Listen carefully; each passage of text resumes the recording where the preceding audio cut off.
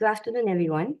Welcome to the joint conference of the Singapore Centre for Character and Citizenship Education and Seoul National University Character Education Research Centre. I'm Mei Gay and will be your MC for today. In today's interconnected world, we live in a time where technological advancements have brought us closer together, yet societal divisions seem more pronounced than ever. As we navigate through an age marked by fragmentation and division, the need for global citizenship educations becomes paramount. In this VUCA world, global citizenship education stands as a beacon of hope, promoting values that transcend borders and encourage a sense of shared responsibility. As such, the theme for today's conference is Global Citizenship Education in a Fragmented Age and Possibilities for the Future. The program for today is as follows. We'll start off with two speakers. They will share for 20 minutes each, and this will be followed by a 30-minute Q&A. We'll take a short break, and then be followed up with a 20-minute presentation by two speakers and a Q&A. So this will be the program for today. And without further ado, we'll start off with the opening address by the Centre Director of Singapore Centre for Character and Citizenship Education, Prof. Tan Oon Sing. Can we warmly welcome Professor Tan? Hello, good afternoon. Can you hear me? Right. Yes. So many thanks to all of you for attending this conference or symposium. It's my joy to say that we are very happy to work with Seoul National University and the colleagues from both sides to share this conference. But today we also have a very special guest, Professor Dr. Veugelers from the Netherlands, who is going to give us a very enlightening speech. Prof. Veugelers actually worked in citizenship education, moral education, and also advocating citizen and moral education through very innovative pedagogical approaches, and we are very happy for him to start off this whole conference to have this join us in this very important conference. I think we all know today citizenship and character education is very critical. I was just having conversation with Prof. Veugelers this morning, and he said that his lifetime goal is to really build greater, social community and social relationship as a force of good. So I think it's very critical today, the idea of character and citizenship education. Number one, I think everybody wants to live a happier and healthier life. So we want to flourish individuals, we want to flourish society.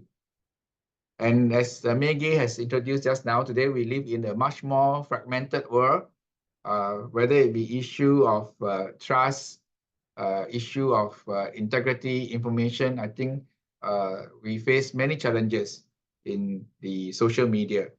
And I think it is very critical for us to address these issues in preparing our next generation to have the right perspective and the balanced perspective, right? Number three, I think there is a great need for us to build collective wisdom, right? There's a great need for us to build collective wisdom. And I think in our forum today, we have people from Singapore, Seoul, and maybe some Indonesia also. And actually, the Singapore Centre for Character and Citizenship Education, we really hope also to join force with with all our like-minded partners all over the world to really have a coalition, you can say a coalition for good. Because honestly, if you look at the history of the world today and how to reduce the misery of war, distrust, and so on, very often it is not just the official political organizations or leaders who is going to solve the problem. Very often you find that it is through soft power, soft relationship, and you know, the passion for people who were built across boundary with a common passion that help to build, you know, a lot of bridges and society. So I think actually what we do in character and citizenship education is really, very important, not only for educating our own generation, our own young, but also across, you know, the world. And I think there's no greater need for diplomacy, peace, you know, and wisdom building than it is today. So I think this is a very important forum, and I thank all of you for your interest, and we look forward to hear from our very esteemed speakers from Seoul National University, from Singapore, and of course our professor. So I wish you all a very enjoyable and heartening, meaningful session this afternoon. Thank you.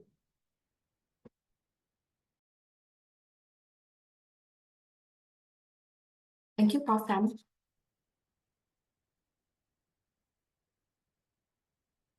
Hi, good afternoon, everyone. I'm Nicole, and I'll be facilitating the discussion for the first half of our conference. So let me introduce our very first speaker, Professor Veugelers, Emeritus Professor at the University for Humanistic Studies in Utrecht, the Netherlands. Prof. Veugelers' research and teaching is in the area of citizenship education, moral development, teachers' pedagogical professionalism, education policy, education change, networkings between educational institutions, identity and citizenship development, as well as youth studies. So it is my pleasure now to invite Prof. Veugelers to deliver the seminar for today on how globalization influences perspectives on citizenship education. Prof. Veugelers, please. Thank you. Thank you all for introducing me and for inviting me to give this lecture and inviting me to be these 2 weeks here in Singapore. And I'm also very interested to work together with the people from Seoul University. So I'm very happy with this international conference. I will speak about globalization, global citizenship education, but I try to put it in a broader framework of citizenship education. At the picture, you see the building of my university in Utrecht.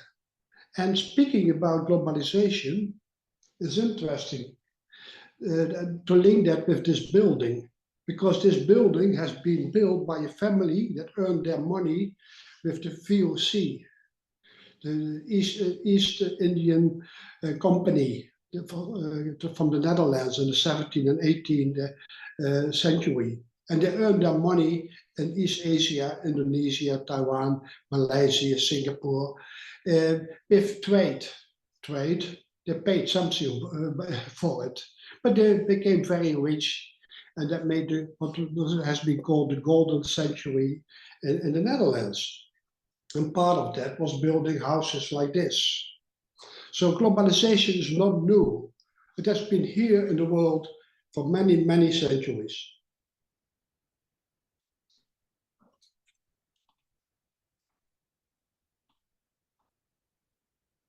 First, I want to give a definition of citizenship education. I formulated this as part of my membership of the Program Advisory Committee of the ICCS study, the International Study on Citizenship Education.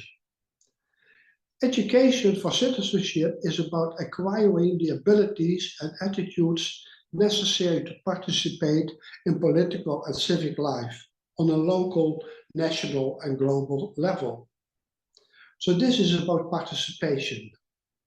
The second part of citizenship education is about relating to others, in particular people with different social, cultural, and ethnic background. And so so this is about living together. And the third one, that's more related to a content, a certain direction, or a certain purpose. That's about concern for sustainability of humanity, the planet, and of democracy. So that's more related to purpose. In democracy, the third one is very important, in particular democracy. But in all kinds of regimes, there is a kind of participation. And in all regimes, they have to focus on relating to other people. But I want to speak in particular about democracy.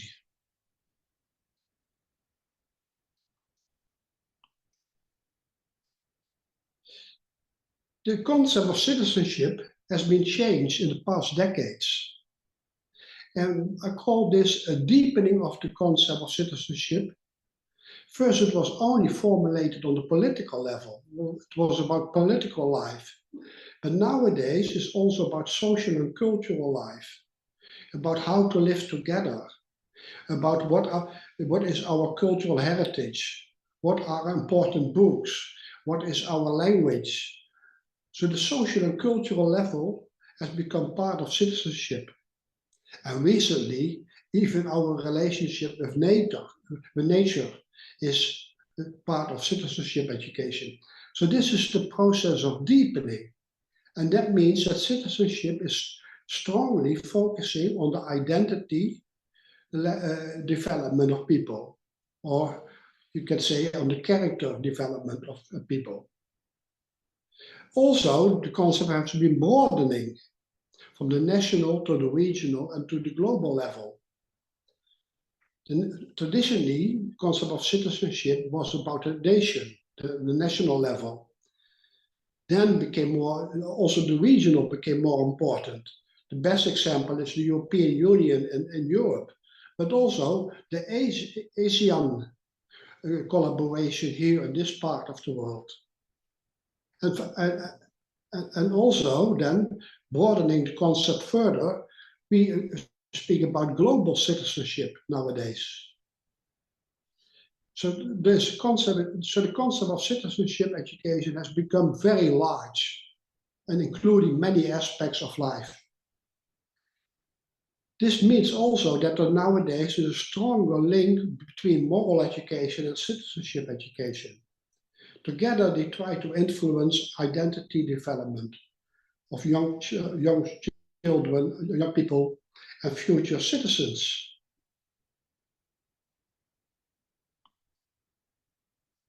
When speaking about democracy, we should realize that there are different elements of democracy, but also people can have different ideas and different practices of a democracy.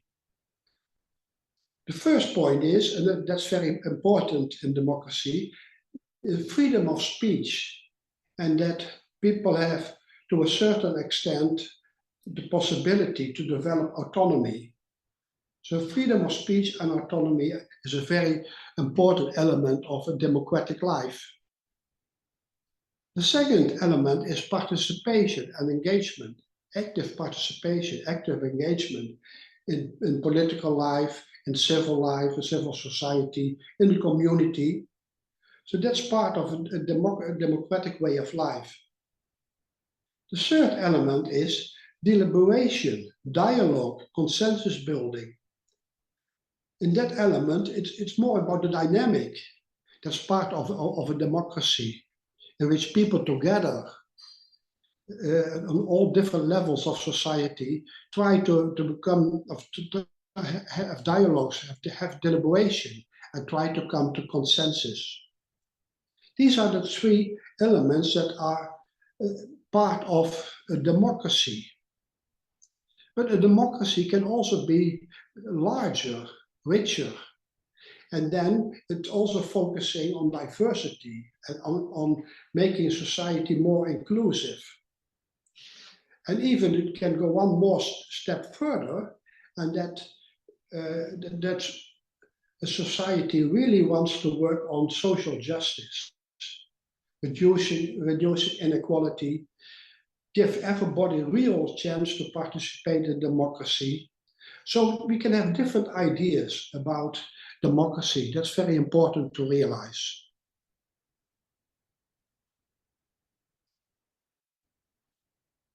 As I said, the concept of citizenship has been broadened beyond the nation state. And elements of this globalization are, and here I use the work of David Held in his book Models of Democracy. The first element of globalization is the world economy. Nowadays, there's more trade between many countries, in many parts of the world.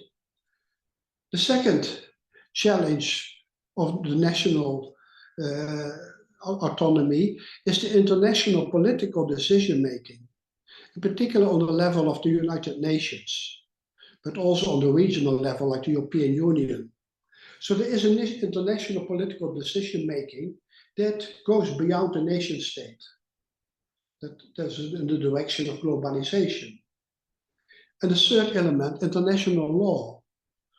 In the Netherlands and The Hague, we have the International Court. Also human rights. You can also think of human rights. And all those kind of regulations, they reduce the autonomy of the nation state and are elements of globalization. And the fourth, also very important, the culture. There's a cultural exchange in the world, a growing cultural exchange, a growing dominance of the English language. We cannot say anymore there's only a dominance of the American culture, because of the culture comes now from all different parts of the world.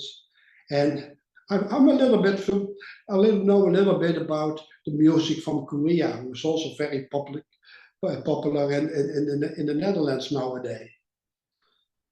So the culture is also a process of globalization. And finally, the environment, the climate brings us also more together and is a challenge for all of us, not only one nation state, but for the whole world. So the globalization has become stronger in the past decades.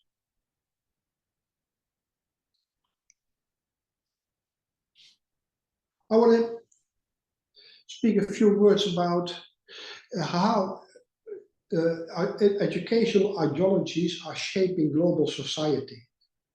There's an interesting book of Joel Spring from New York University. And he distinguished 4 different ideologies that are worldwide and that are influencing each society. Each society makes an own articulation of these kind of ideologies. And the first one is a nationalist ideology. And in that, there's a particular, in that there's attention for the own country, for the nation building, developing a mother tongue and an integration of different groups. It's about the national tradition, the national cultural heritage. And Spring is saying it's good for every country to have a certain kind of nationalist policy. That shouldn't be that strong, because then become nationalistic, but to build the country, to include people, to educate the citizens, that's a normal part of education. The second one is schooling for a global free market. And that's very oriented to competition and to technical improvement. And in particular, that's supported by International Monetary, IMF, International Monetary Fund, and by the World Bank, organizations like that. And that ideology is very, very strong in the Netherlands, but I think also in Singapore and also in South Korea. But all these countries want to be in the front of the development of society. They are investing a lot in qualification development of their citizens. So they're really working for schooling for a global free market. The third ideology is globalizing morality. And that's about human rights, about democracy. And that's in particular articulated by UNESCO, but also by NGOs. So this is about how to live together in a moral way. And in particular, human rights are important in the discussions. And the fourth ideology is an environmental ideology, more recent development. So these ideologies are influencing national policy. Traditionally, the nationalists have been very strong in most countries. Recently, there's an increased intention for schooling for a global free market. But there's also, more recently, an attention for globalizing morality. And that's the kind of work we are all doing.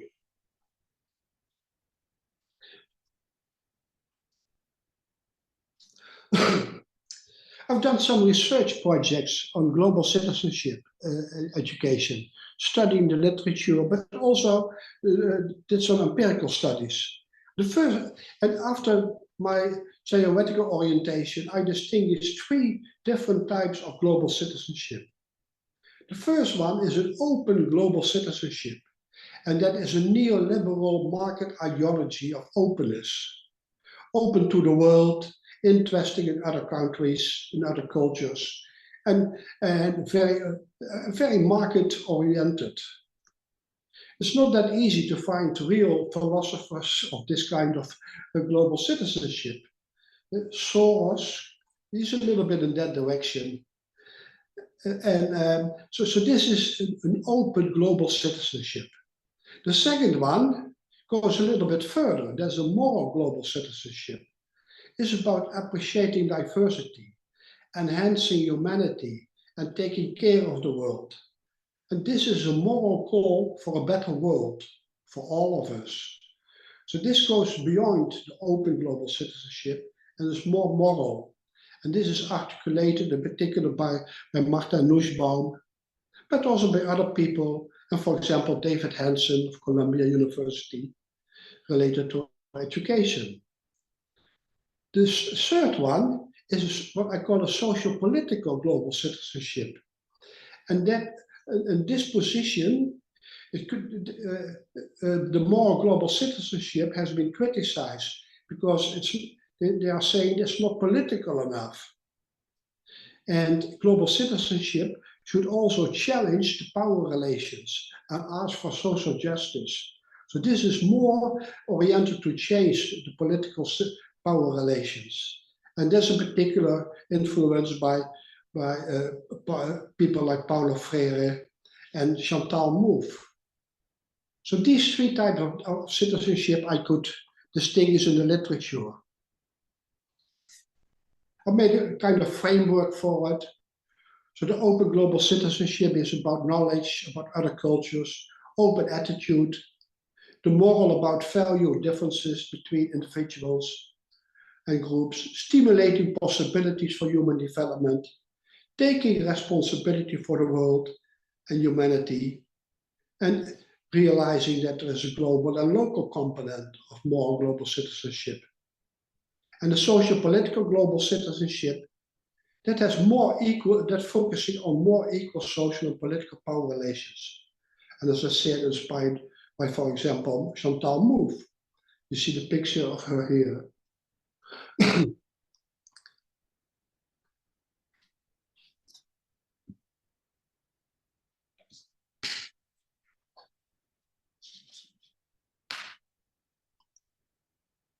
Yeah. I asked teachers in an interview with 10 Dutch teachers. I asked them what they think about global citizenship and present them the ideas of the different orientations that are just presented. And those Dutch teachers, they find an open and a more global citizenship important. So the first two are very supported them strongly. But they had more problems with the social and political kind of global citizenship. The teachers saying that they are aware of the fact that values are always embedded in social and political relations. But those teachers are reluctant to focus explicitly on political values and in particular on more transformative ideas. So they want to focus more on the moral level and not so much on the social political level. I've been thinking a lot about how to judge that, how to evaluate that. And the more I was thinking about it, I could understand that. Because in the Netherlands, but in many countries, it's not common to speak a lot about social and political power relations.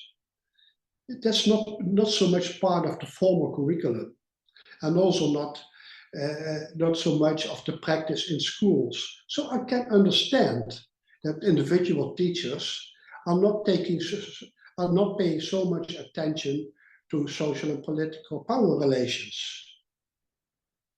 But my position is that teachers should show that a socio-political global perspective is one of the perspectives. I don't ask them to support this idea, but that they pay attention to it as one of the possibilities so they should give a broader overview for what is global citizenship education. I did some more research on this, and I formulated some items for kind of small skills, and I used my students in Utrecht, students of moral and citizenship education, about 70 together, master students, and students from citizenship education program at Yogyakarta State University. I'm often visiting professor there and giving lectures there. And I asked those two groups how important they find these goals.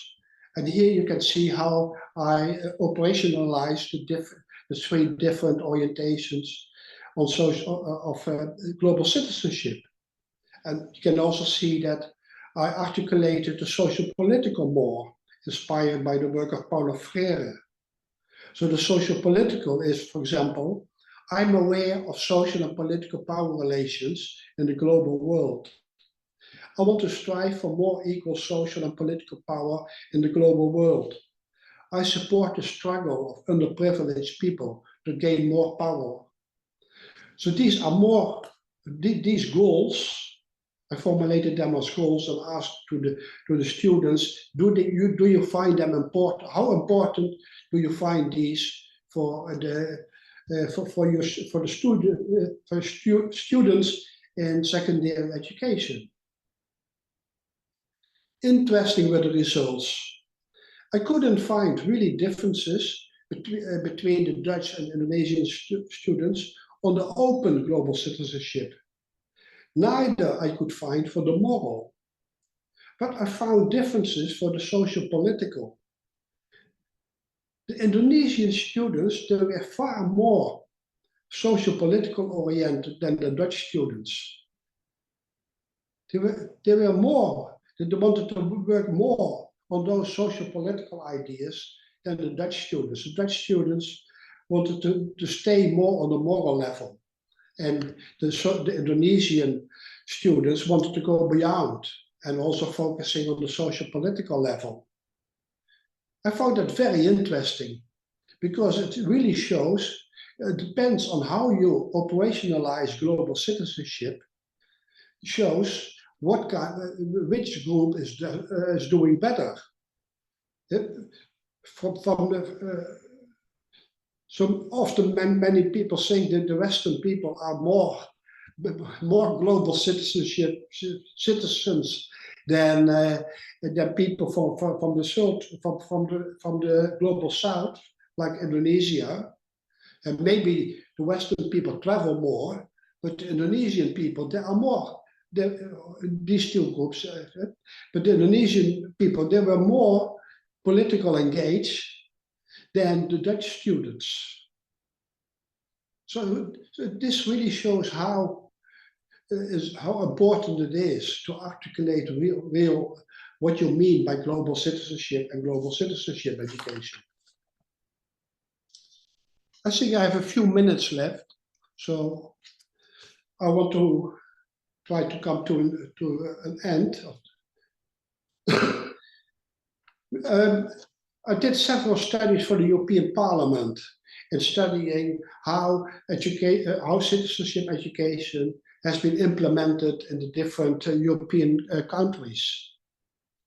And I did also some other studies, but the general conclusions are that at the moment, culture and nature gets more attention than social class and power relations. Citizenship education and global citizenship education is less about the real political life nowadays, but more about culture and nature. Also, you can see that there's a limited idea about democracy. I spoke in the beginning about the different elements. Social justice is not so much incorporated at the moment in ideas about democracy. And many countries have an inward looking in national citizenship, their own history, their own culture. The Netherlands is a good example for that. And we have a lot of debates about how we should think about colonial period of the Netherlands and how and what we should teach about that.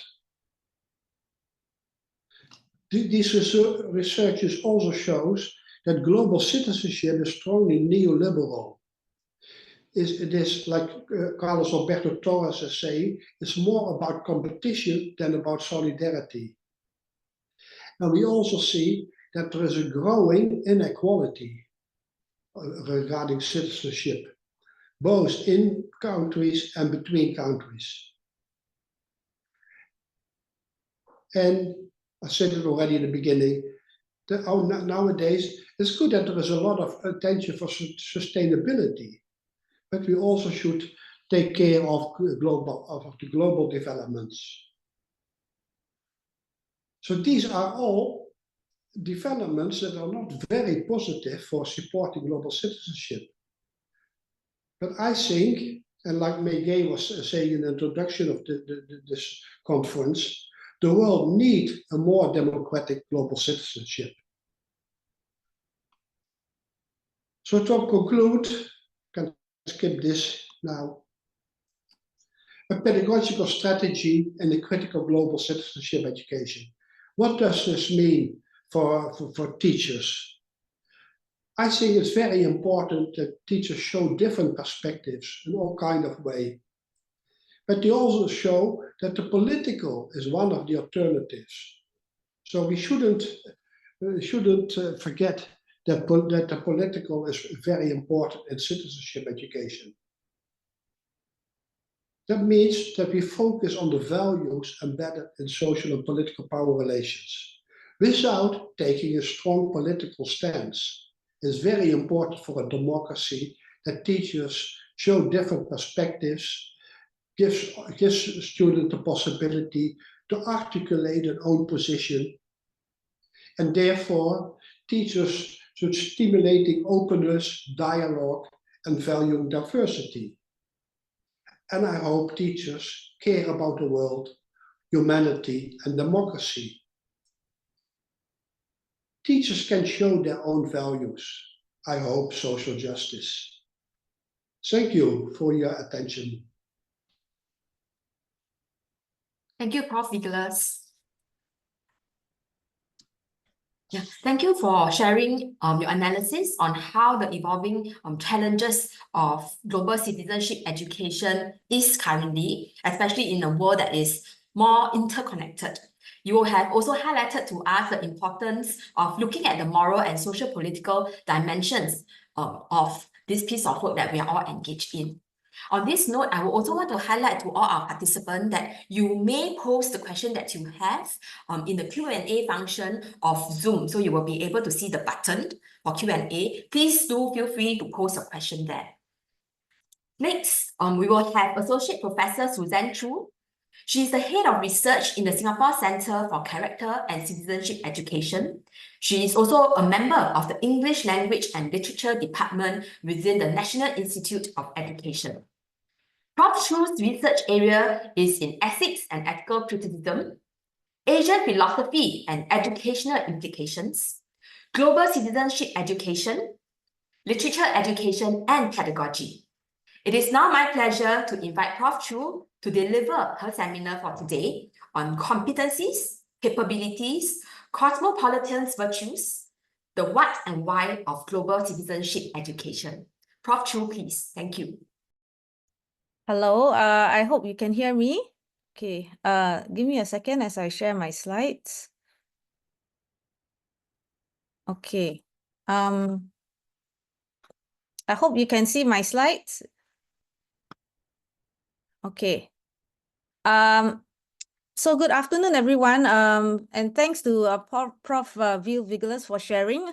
I think my talk is connected to his, because what I'm going to share about is really about the moral, the economic, and the political kinds of globalization. And I want to give some specific examples in the Singapore context. Okay, so I'm going to look at this through the lens of competencies, capabilities, and virtues. But first, let me talk about Singapore, where I'm from, and give a little bit of the context. So Singapore was colonized by the British for over 100 years. We gained independence in 1965.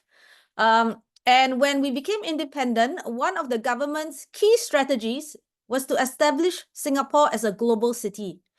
But you can see that this was an economic kind of global citizenship focus. Our Prime Minister Lee Kuan Yew at the time said, to succeed, Singapore must be a cosmopolitan center able to retain, attract, and absorb talent from all over the world. And over the years, the government has really invested money in developing Singapore's infrastructure. So we can see that our ports and our airports are connected to the world, over 600 ports, 250 cities in the world. The government also invested a lot in building Singapore as a leading financial center. We are the second leading financial center in Asia after Hong Kong. I believe we are the fourth financial center in the world. And also ranked one of the most open and competitive economies. We have over 7,000 multinational corporations like Google, Microsoft, and so on. So indeed, in terms of infrastructure, the government has invested a lot in this global city identity. In education, if you go to Singapore schools, you will find that global citizenship is often found in the mission statements of schools. So here are some examples. You'll see that schools want their students to be loyal citizens, but also have a global outlook or global perspectives. Many schools, including where I'm from, NIE, National Institute of Education, have global immersion programs, learning journeys, bicultural studies to overseas countries. So this is quite a norm in Singapore schools. But I want to talk about the policy level now.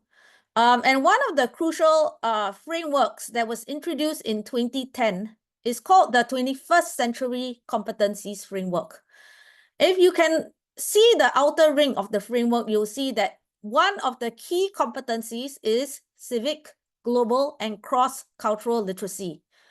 And this 21CC framework, 21st Century Competencies Framework, was rationalized by this view that our students, in order to thrive in a fast-changing global world, they will need all these competencies to compete and to be effective workers in the marketplace. Okay, so that 21st CC Competencies Framework was launched in 2010. Now, about 10 years later, another framework was introduced. It's called the Character and Citizenship Education Framework. So what you'll see that is common in both frameworks is that they are whole school frameworks. This means that all teachers in schools are supposed to enact these frameworks, okay, in their subject areas, in their co-curricular activities, in the school programs. So these are all whole school frameworks, and these, I would say, are the two major frameworks that's occurring now. And you'll see that for both frameworks, values are at the center. But I also want to focus on the difference. The 21CC framework focuses on future readiness. That is, equipping students with the kinds of knowledge and skills they need for the future, for a globalized future. But what about the one? Okay, sorry, somebody is speaking. And that one is Sorry, can we I am hearing some voices. Okay. Now, the framework on the right, the character. Sorry, I'm hearing some voices. Perhaps we could mute our sound and ask questions at the end. Right. As I mentioned, the 21CC framework focuses on future readiness, whereas the character and citizenship framework focuses on anchoring students on core values, on rootedness. Okay. So this suggests, I would say, a certain tension, right, between preparing students for the future and rooting them in core values. And going back to what Wiel mentioned just now, could this be a tension between the economic and the moral aims of education? Okay, so I want to step out of Singapore for a moment and talk about this tension between the economic and moral aspects of global citizenship. We see this not just in Singapore, but in the international arena. So let me talk about the rise of the competencies movement first. Okay, this was observed around the 1990s. A lot of transnational organizations like World Economic Forum, the World Bank, the Partnership for 21st Century Skills, they launched many of these 21st century frameworks. And OECD has actually been at the forefront of the competencies movement. OECD's early research on competencies was in this thing called the DCCO project, the Definition and Selection of Competencies in the 1990s. And this was catered to the demand for a lot of national governments for output-oriented information. They wanted to know how to measure their skills and knowledge. The focus was on developing indicators to measure life skills. What was positive was that OECD went beyond the skills that is learned in school or the workplace to skills for life. But in the early definitions of competencies, competencies was defined as knowledge and skills and attitudes. Values was not part of this definition of competencies. So it was about knowledge and skills, largely skills. If you look at the picture on the right, they identified 3 key skills, right? Using tools interactively, knowing how to interact, knowing how to act autonomously. Okay. So what were some of the criticisms? Firstly, many scholars have mentioned that this is influenced by human capital theory. So what this means is that it is driven by economic rationality or economic reasoning. It's often used to justify these competencies. Okay, as you can see in the early document in 1989, they say that education is becoming less distinct from the economy. And in the rationale for why teach global competence, the reason is it is necessary for employability in the global economy. So economic reasoning is used to justify competencies. Now, as a result, attention is paid to the means. So knowledge, skills, and attitudes are foregrounded, are emphasized. But what is not clear is the ethical ends. What are these for? What's the purpose of these competencies, of these means? Another criticism was that it utilized utilitarian logic. The emphasis was on outcomes that's productive for the economy. And it discounted the broader aims that are not always economically productive, okay, like the arts, for example, or friendships, for example. These may not have economic outcomes, right? So let me now move to capabilities as an alternative model. Okay, so around this time in the 1990s, the human capability approach became influential. It was conceptualized mainly from Amartya Sen, the Nobel Prize economic philosopher, as well as Martha Nussbaum. Both of them argued that we should view success from a broader lens, beyond income and beyond economic growth. And a very important idea was human flourishing and human well-being. So they define capability as not just knowledge, skills, or ability. Capability is tied to this word potential, fulfilling one's full potential as a human being. in order to pursue the life that you value. Now, this human capabilities approach has been very influential in human development work and in organizations such as UNESCO and the United Nations. If you can see on the right, this is Martha Nussbaum has proposed some minimum capabilities, and you can see things like play. You can see things like practical reason. You can see things like affiliation, okay, emotions, right? Again, all these are very different from competencies because some of this cannot be measured, okay? So the human capabilities approach has a broader and more holistic idea of well-being. So well-being is tied to how to be fully human. It goes beyond the narrow view of well-being as happiness or life satisfaction. And it's not something that is attained by material goods or income or employment. So in this way, it goes beyond utility, because actually a lot of what we value in life is not always useful. It's not always economically productive. Like freedom, for example, it may not be economically productive, but something that human beings value. Okay, relationships, aesthetics, the arts as well, may not be economically productive, right? But this adds to a holistic idea of well-being. More importantly, the human capabilities approach paid more attention to the ends of education and of life.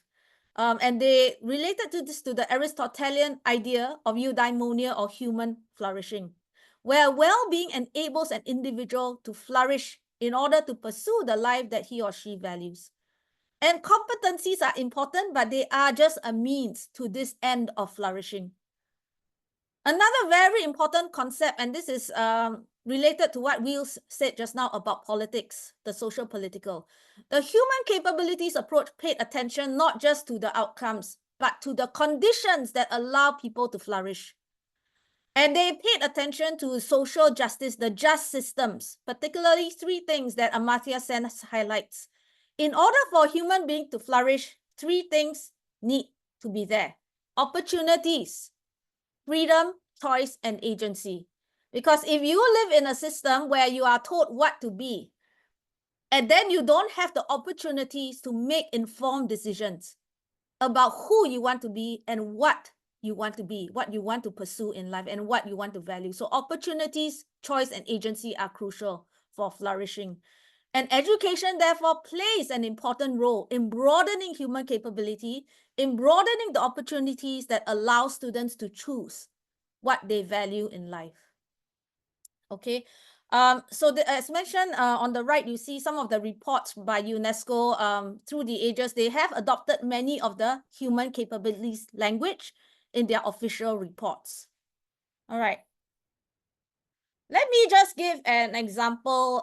This is from my daughter. She's 9 years old. She's in primary 3, which is elementary grade 3 elementary, basically 8 or 9 years old. Okay, so what should we choose, right? Competencies or capabilities?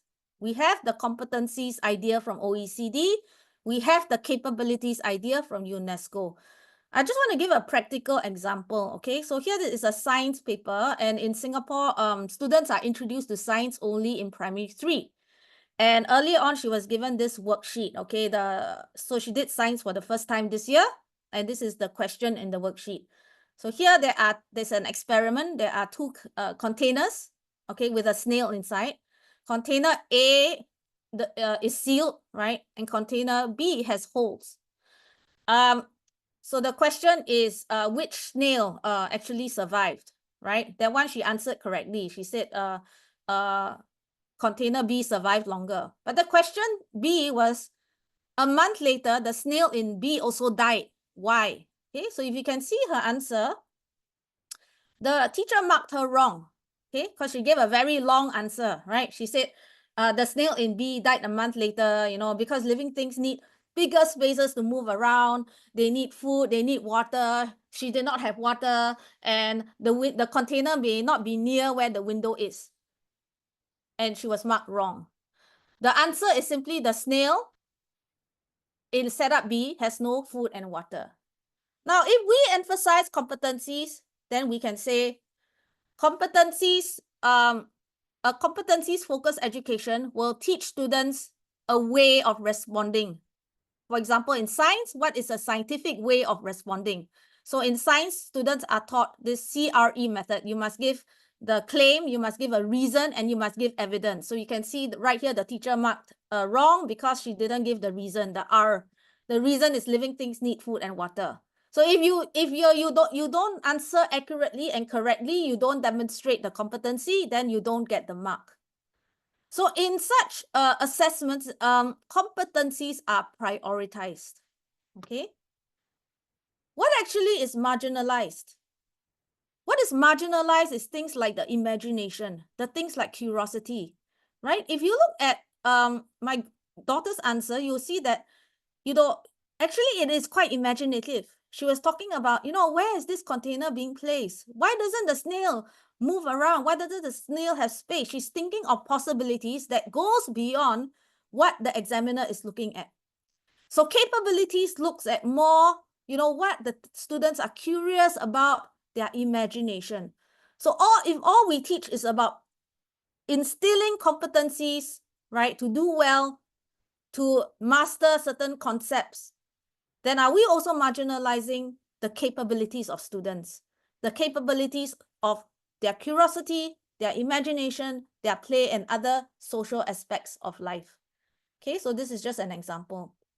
Now, I just want to be fair also, because I want to say that in recent years, OECD has also shifted away from the utilitarian early language of competencies, right? In recent years, they talked about transformative competencies, and there's a closer alignment now to the capabilities language. For example, there's a clearer inclusion of values in the definition of competencies.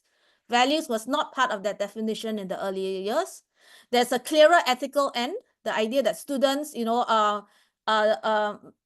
competencies to be empowered for well-being and for sustainability. So there's a clearer ethical end. It is less top-down. There's a greater emphasis on student agency. There's also an emphasis on well-being, individual and collective. Okay. So let me now return back to Singapore. Okay, so I've kind of mapped two tensions that we see in the global education discourse: competencies or capabilities. Okay, what are the implications for Singapore? And here we see certain tensions.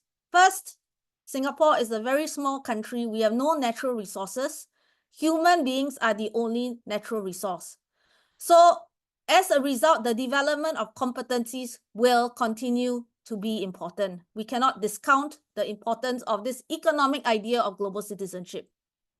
But on the other hand, Singapore also has this communitarian ethos. And in the last few years, we have shifted away from achievement-oriented competitive system to a greater emphasis on values, to a greater emphasis on communitarian ideas, holistic education, and multiple pathways. So I would say both are relevant, but I also want to say that both are insufficient. And so what I want to argue is that maybe we need a third idea. Okay, and this third idea I want to introduce is the concept of cosmopolitan virtues. So cosmopolitanism basically means citizen of the world. In philosophical discourse, it is connected to an ethical orientation, a disposition. It's connected to a virtue.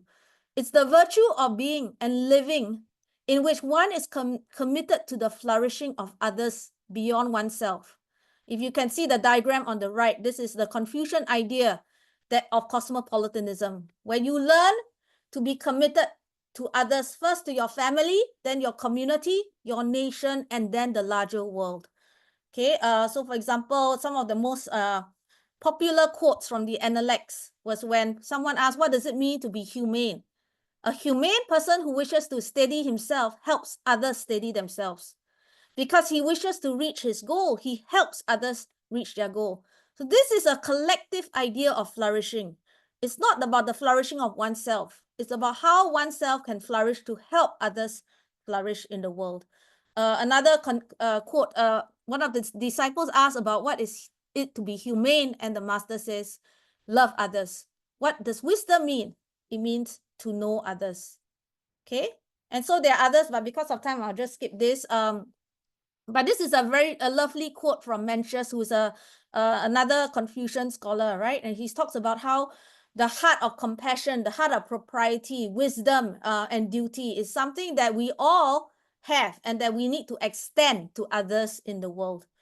And so the implication of global citizenship education is how can we help our students cultivate moral feeling, behavior, reasoning?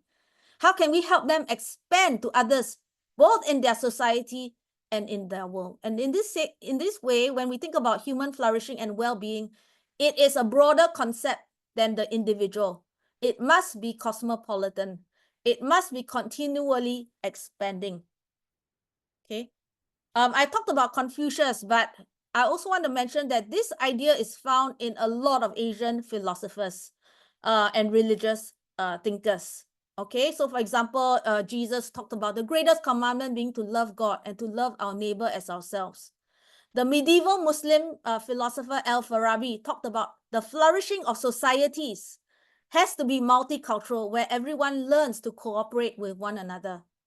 The Indian philosopher Tagore talked about the dangers of nationalism and the need to develop intercultural empathy and cosmopolitan commitments. So this idea is not just found in Greek philosophy, the Stoics, but it's also found in Asian philosophy.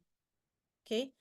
So let me just conclude in a short while by saying that we need competencies, we need capabilities, and we're not discounting both.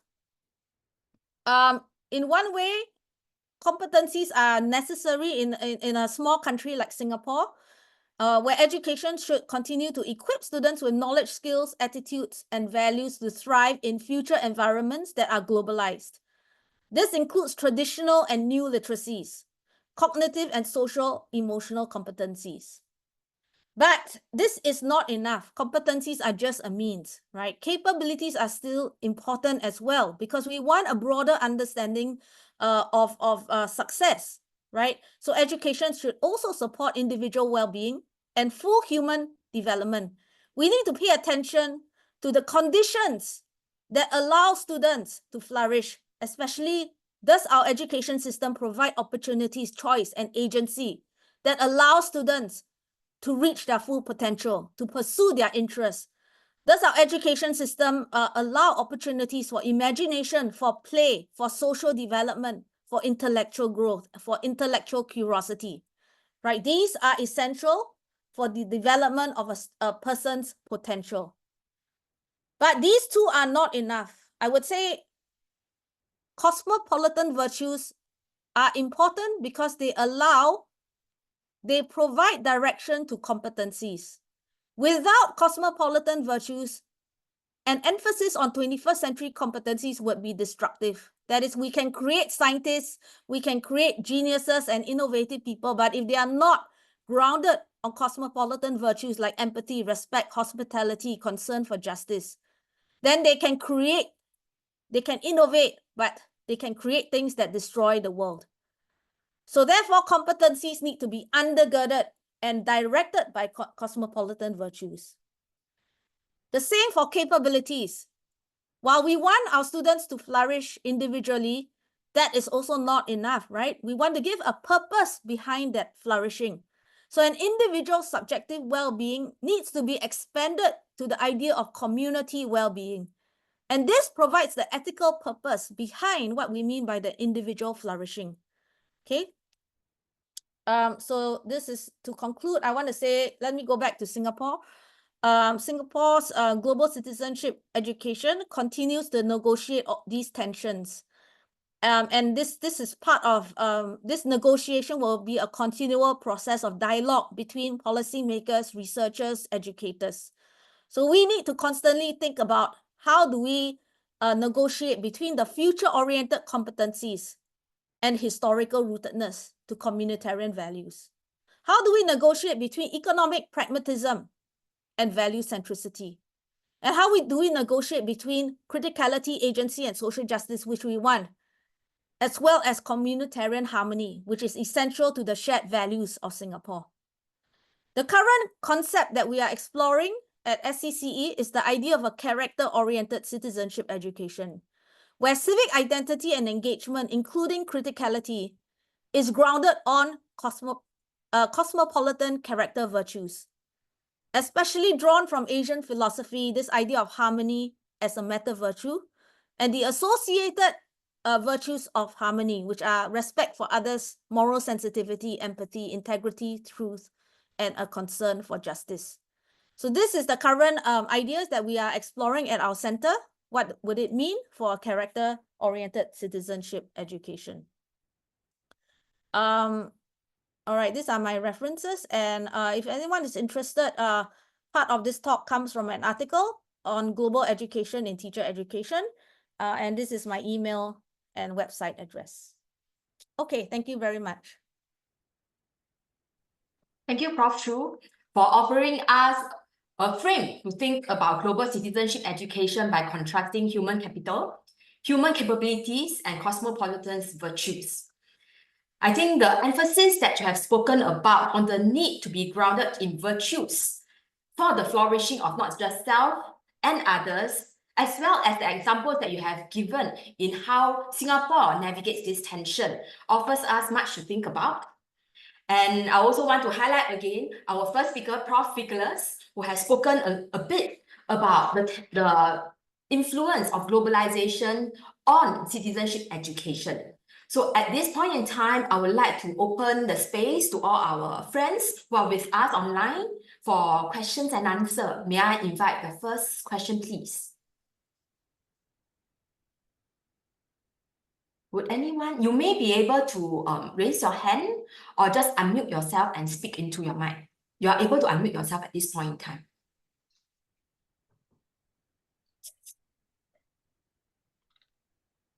Maybe I can ask the first question while people are thinking.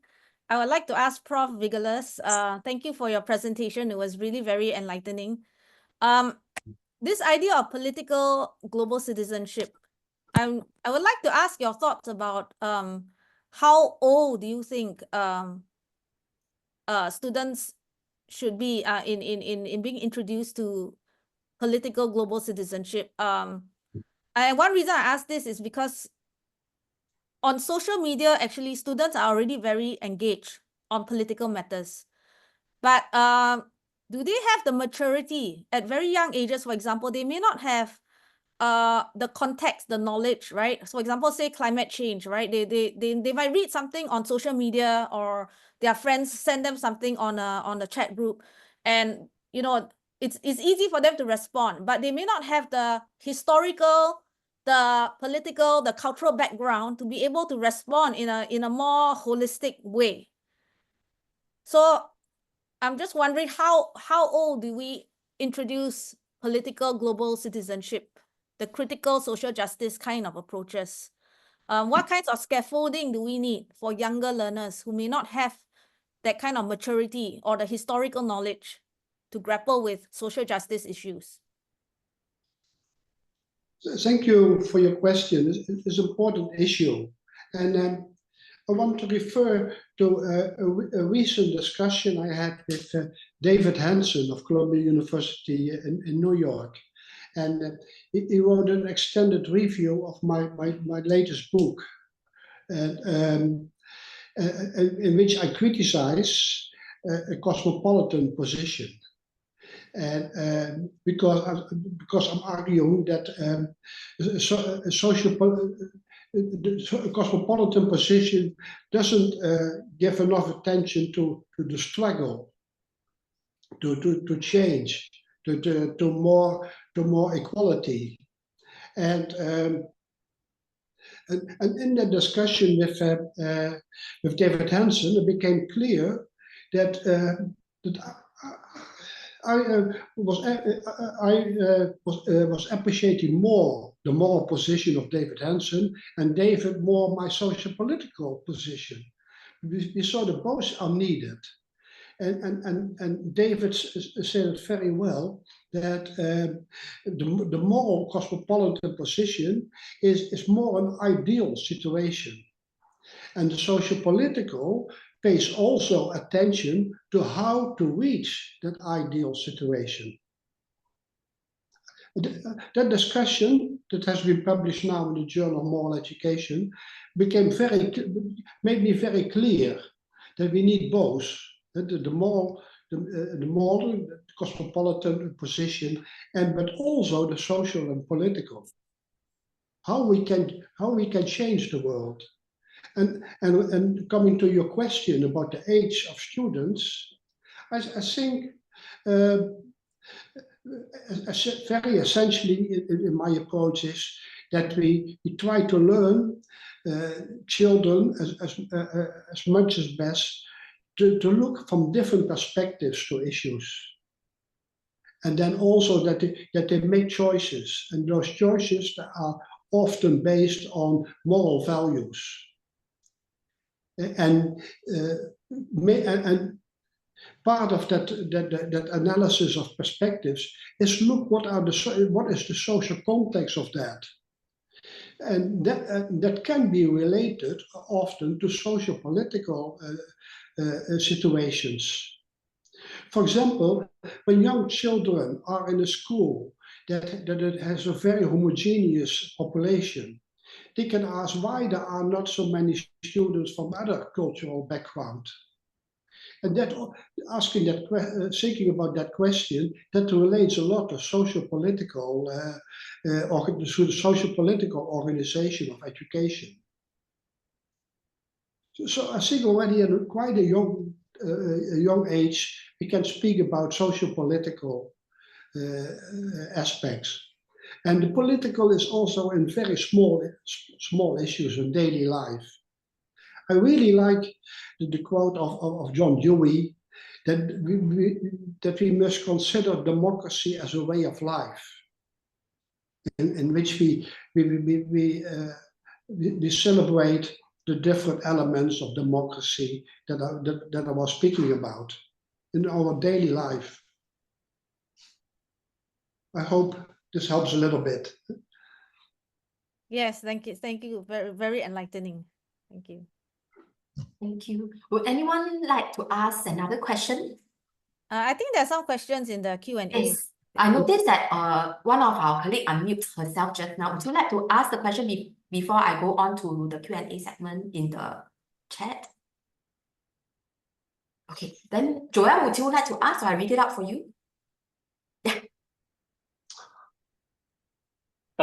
Thank you, professors, for the engaging session so far. I think there's a lot of thought that I'm still wrestling with. I think that this is a question to the first sharing. I think, Professor, thank you for sharing the findings about like when you polled the students on their views towards the different types of citizen or global civic education. And you talked about differences between the global north and south. I'm just wondering whether you were able to conduct a similar poll in other types of countries. So, for example, countries with less democratic inclinations. Perhaps the reason why I'm asking this is because I noted that one of your slides where you talked about John Dewey and you outlined the 3 commitments or 3 elements of part of a democracy, right? So freedom of speech, participation, and deliberation. But I think that the observation I have is that not every country, even if they nominally call themselves democratic, they may not all hold to these inclinations to the same degree or to the same form. So I'm wondering whether from your perspective, you have seen any differences on this. Thank you. Yeah. This is a very good point you raise. And as I said before, I'm member of the Program Advisory Committee of the ICCS study. And in that last year, there were 23 countries participating in it. Most of them were from Europe. In Asia, it was only Taiwan participating. South Korea has been participating in ICCS before. Hong Kong has been in it, Indonesia once, Thailand once. But in general, only quite strong democracies are participating in the ICCS study. So I was saying why we don't call it research into democratic citizenship education. Because it's not in general citizenship education. And I added to that, from a scientific point of view, it would be very interesting to do a research in which you ask about these kind of goals in different regimes, authoritarian regime, dictatorships, like you are suggesting. So, from an academic point of view, that would be very interesting. But I think it's not that easy to enter schools in those in those countries with a more authoritarian regime, so it's not that easy to do this research on a good academic way. But it's interesting to inquire that. And in the ICS study, there are some questions that relate a little bit to that. And for example, ICS is also regional modules, and one of the modules is in Latin America. And then they ask, do you prefer dictatorship above democracy? And then not so many people, I think it's about 20%, but don't cite it because I'm not sure. But there's a small percentage only. Yeah? They like, they prefer the dictatorship.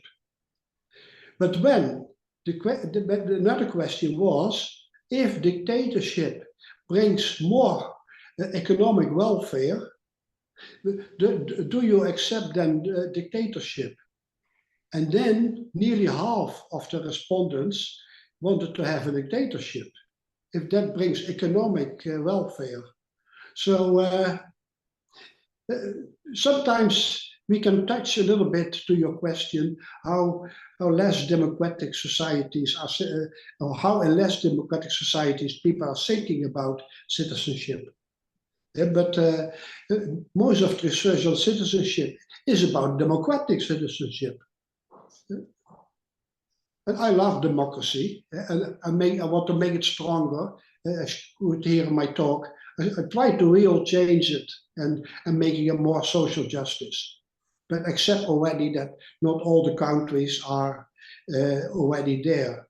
And as you all know, all democracy, like the Netherlands, they sometimes go back in their democracy nowadays, for example. Thank you for your question. Yeah. Thank you. We have a hand raised. May I invite Ms. Elaine Lim? Sure. Yeah, thank you very much, professors, for your presentation. My name is Elaine. Professor Suzanne Choo, you talked about the competencies, the capability movement, and of course, cosmopolitanism values. I think my question to you is, even as we hear Professor Nicholas, he talked about that moral global citizenship.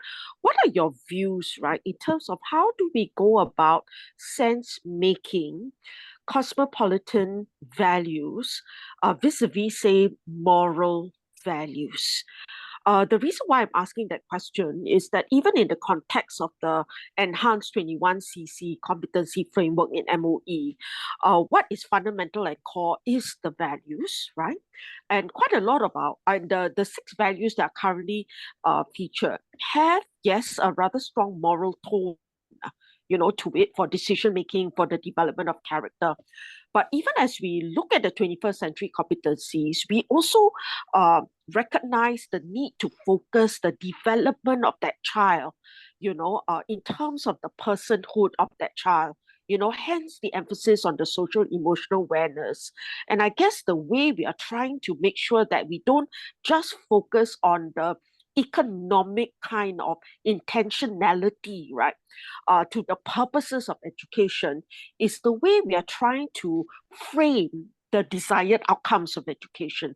So I guess my question is really about cosmopolitan values vis-a-vis moral values. What are your views?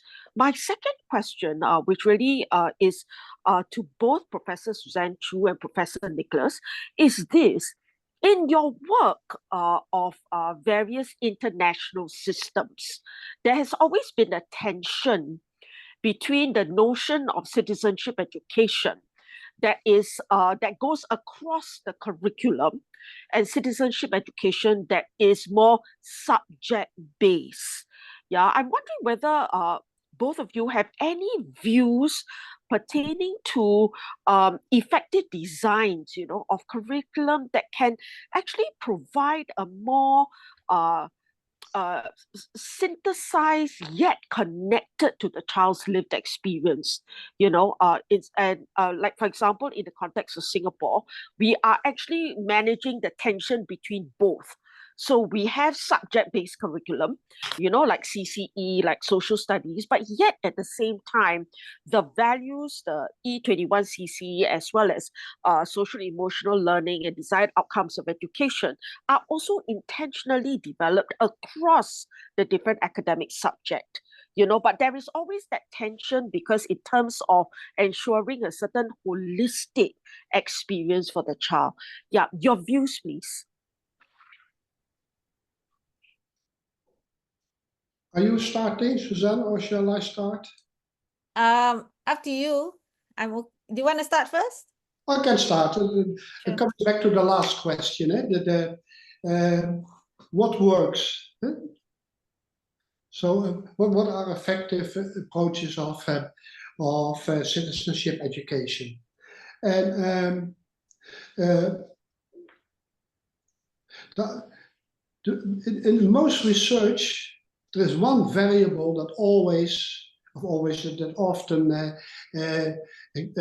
is very influential, and that's what they call the classroom climate, and with the open classroom climate.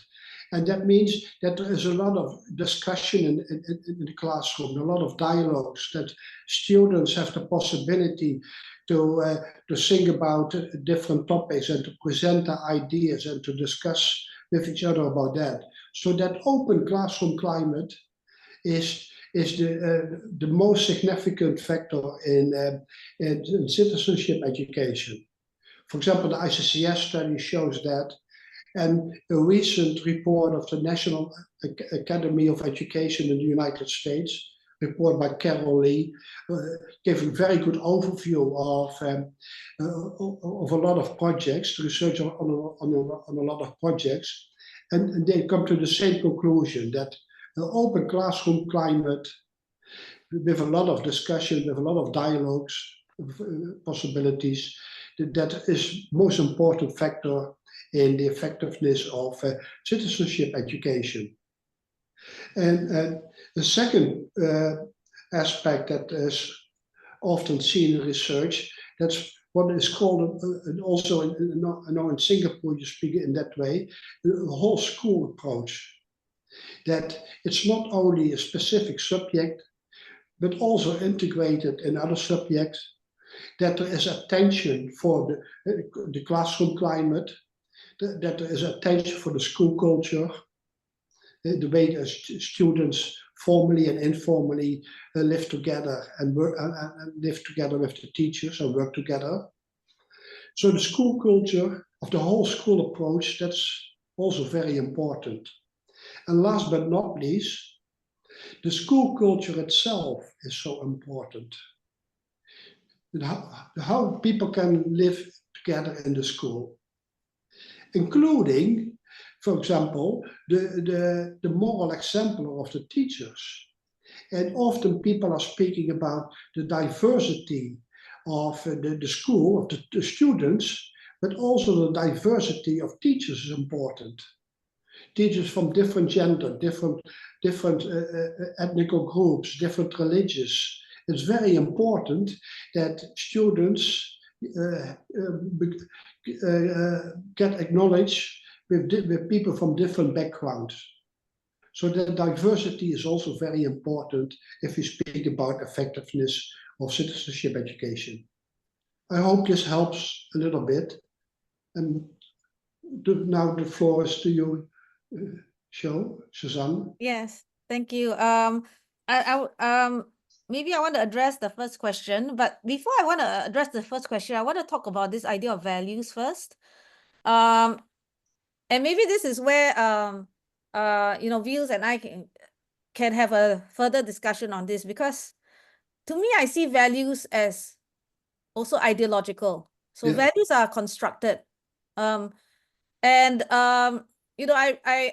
think in Europe, in America especially, there is a huge emphasis on democratic values. Now, this doesn't mean that in countries like Asia, we don't believe in democracy, right? Because our Singapore pledge, we have the word democracy. But from what I'm reading, the kind of critical social justice aims in democratic values is not the end goal, meaning that when we look at Singapore's shared values, the emphasis is more on social harmony. Not so much says things like criticality, social justice. These are important, but it's not the end goal. That means criticality, social justice is important as a means, but the ultimate aim is social harmony. And then I also want to say that social harmony does not mean conformity, and it does not mean uniformity. The idea of harmony, if you go back to a lot of the Asian philosophers, is actually the ability to coexist with difference, to coexist with people who are different, who have different beliefs. And that's part of Singapore's multicultural, multiracial ethos. So I feel like that is the value system that we've had. And how does this link to cosmopolitanism? I think it's very closely tied, because the idea of cosmopolitanism is actually the notion of an ethical orientation to global citizenship. And that emphasizes this idea of coexisting with difference. So I would say this cosmopolitan ethics is aligned with what we're talking about, this social harmony, coexisting with difference, that is part of the ethos of Singapore and many Asian countries as well. Going back to your question about then, how do we connect this with 21CC? The government is, or MOE and schools are emphasizing 21st century competencies. What I think is not very clear is the inclusion of values in the 21st century competencies, meaning in a lot of the rubrics, for example, they might talk about civic literacy, they might talk about global literacy and all that, but what is it for? The purpose for which these literacies are for, and its connections to values like multiculturalism, like living with understanding with others, like empathy, hospitality, a concern for others. That kind of value system appears to be missing in some of the rubrics and some of the descriptors of the E21CC. So I think if we talk about the next stage, some of the workshops that we're having with school, we always talk about this. How about we reframe E21CC not as enhanced or emerging 21CC, but as ethically grounded 21CC. So E21CC as ethically grounded means, let's think how these competencies that we want to infuse in our students are connected to ethical ways of living in a multicultural society like Singapore.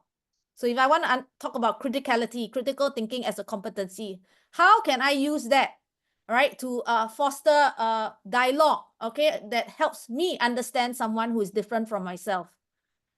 So I think that's the next stage of conversations that we need to have, the connection between 21CC and the kinds of cosmopolitan virtues, and how these two can be more closely and intentionally connected in schools. I hope that answers the... Thank you very much. Thank you. I think this brings us to a close for our discussion at the first segment. So I want to thank both presenters, and we have learned quite a bit from both Professor Veugelers as well as Prof. Choo. You have highlighted the tensions within global citizenship education, whether it's the moral versus social political dimensions that is shared by Prof. Veugelers, or competency, capabilities, and virtues that is explored by Prof. Choo. So these tensions really remind us that global citizenship education is multifaceted and complex, and it requires us to have a clear articulation and understanding of what it truly means to us to educate for global citizenship. And as we reflect on this insight, it is also evident that if we want to move towards a more effective approach to citizenship education, it will involve balancing this competing perspective. So thank you very much for the good discussion we had. We will move on for a short bio break of 5 minutes, and we'll be back for the next two speakers. Thank you.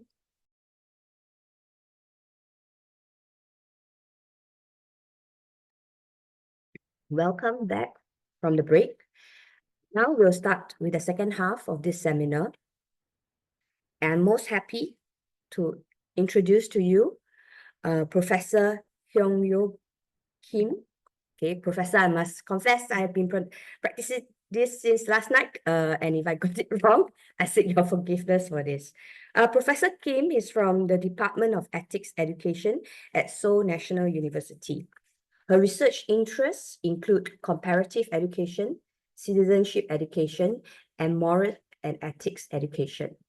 She has also contributed to the discussion on the role of history education in shaping national identity, particularly in the context of South Korea. So let's welcome Professor Kim.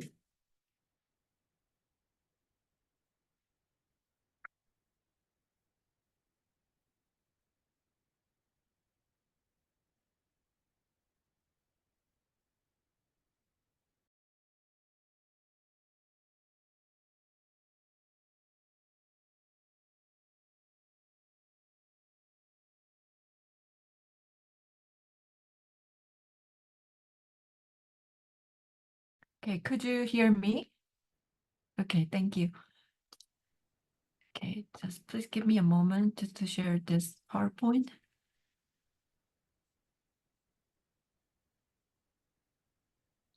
Hello, and thank you for just giving me this wonderful opportunity to talk at this joint conference. And it is my great honor and pleasure to get a chance to talk with this group of esteemed scholars in this field of global citizenship education. And my name is Hyung-Yo Kim, and I'm an associate professor at the Department of Ethics Education, SNU College of Education. And my presentation is also closely connected with the two previous presentations, but I'm taking a more micro level approach, and I'm going to analyze the dominant perspectives and characteristics of global citizenship education in GCED, Global Citizenship Education Discourses, within South Korea's modern education.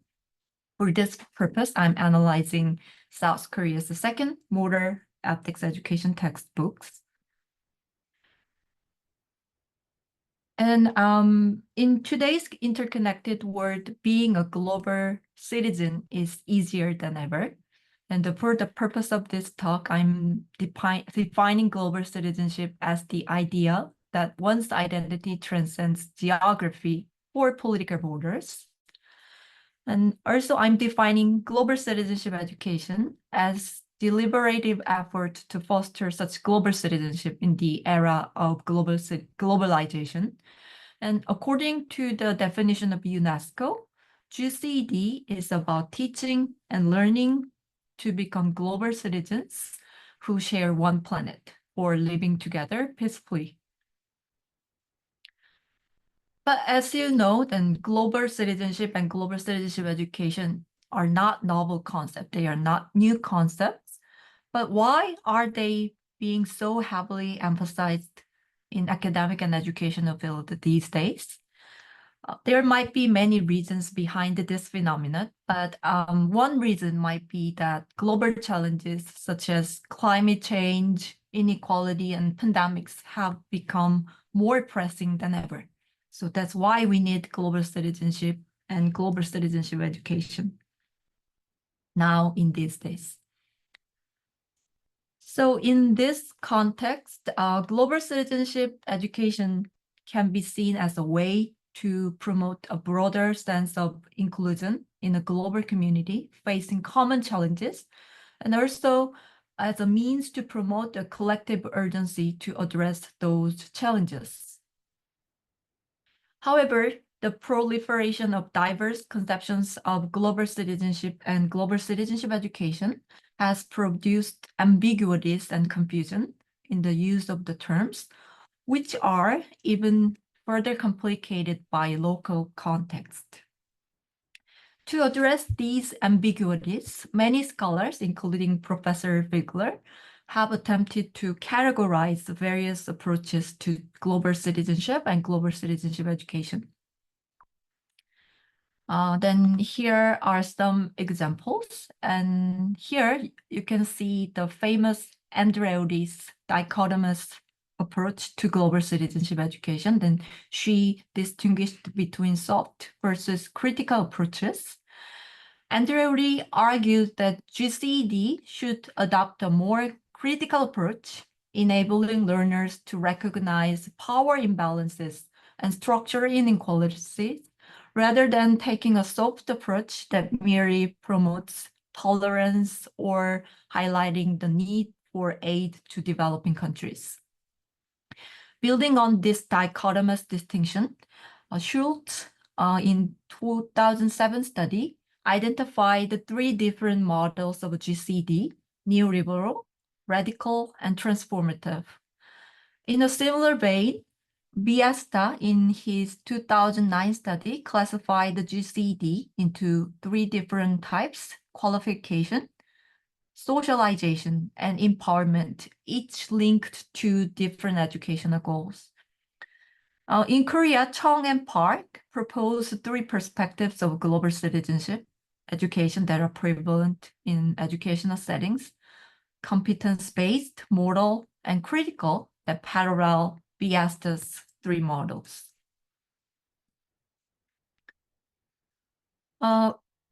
More importantly, recent critiques suggest that even the critical transformative approach to GCD, which has become the most favored concept in the field in recent years, is still embedded within the modern and colonial imaginary that it seeks to challenge.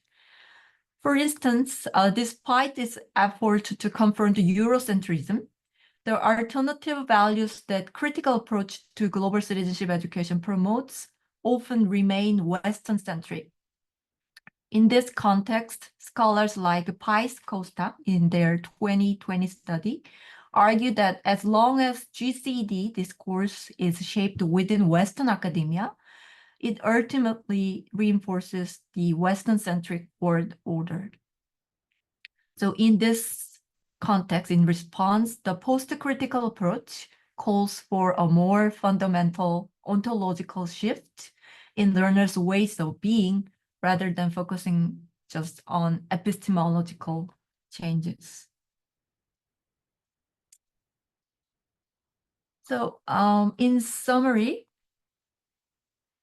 building a more just, peaceful, and sustainable world requires learners to undergo an ontological shift, transformation. The global citizen fostered by GCD, global citizenship education, should not view the world from a detached, all-encompassing universal perspective, but rather the global citizen should understand their specific position within the world, recognizing and valuing the multiplicity of worldviews. Let me talk briefly about global citizenship education in Korea's moral education, secondary moral education more specifically. Historically speaking, GCED was officially introduced into Korea's moral education in the 7th curriculum revision in 1997. Since then, elements related to global citizenship education, such as human rights, justice, peace, multiculturalism, environmentalism, have steadily increased, particularly in the most recent 2022 curriculum revision. In this context, my 2019 study found that references to national citizenship, such as the nation state, loving for country, patriotism, and unification, have decreased, whereas key terms related to global citizenship, such as human rights, justice, peace, multiculturalism, global citizen, environmentalism, have increased. This shift signals a growing interest in global perspectives in South Korea's moral education. As GCD, global citizenship education, becomes more prominent in South Korea's moral education, research on its implementation, the ways that those global citizenship education related concepts have been incorporated in South Korea's moral education. The research related to this topic has increased as well. And however, there is still a lack of comprehensive analysis of how global citizenship education in Korea's moral education aligns with broader international trends as we saw in the typologies of global citizenship education. In this context, my study aims to address that gap by analyzing the dominant perspectives and characteristics of global citizenship education discourse in secondary moral education textbooks in Korea. For this purpose, I analyzed 6 middle and high school moral/ethics education textbooks from the 2009 and 2015 curricula using qualitative content analysis. And I'm going to share some of the findings from the textbook analysis. So first, Korea's global citizenship education in moral education primarily aims to cultivate global citizens with a Korean identity who is both exceptional and competent on the global stage. For instance, for example, the 2009 revised moral education textbooks emphasize that despite globalization, so preserving the traditional spiritual and moral values foundational to Korean identity is very important. The concept of a Korean in the world, as described in moral education textbook, refers to an individual capable of showcasing their abilities on the global stage, excelling in various fields such as politics, economics, academia, sports, and the arts. You can see the example from this textbook excerpt. I quote, "The reason why the non-top performance has been recognized worldwide is that rather than abandoning Korean identity for globalization, it preserved and developed traditional rhythms with pride as Koreans. In this way, maintaining Korean identity is crucial because it allows us to inherit and develop our precious traditions and values without being swept away by the tide of globalization." I'm not criticizing that the textbooks should not highlight the identity as Koreans, but remember that this is the context of highlighting the influences of globalization. So even despite the forces of globalization, Koreans should preserve its identity, and the global citizenship and global citizen in this context means the Korean citizen, global citizens with a Korean identity. So the highlight is on the Korean identity, not on global citizen. And also, so as I explained, this perspective suggests that the goal of global citizenship education is to nurture citizens with global competencies, at the same time while also emphasizing their role in enhancing national competitiveness in the era of globalization.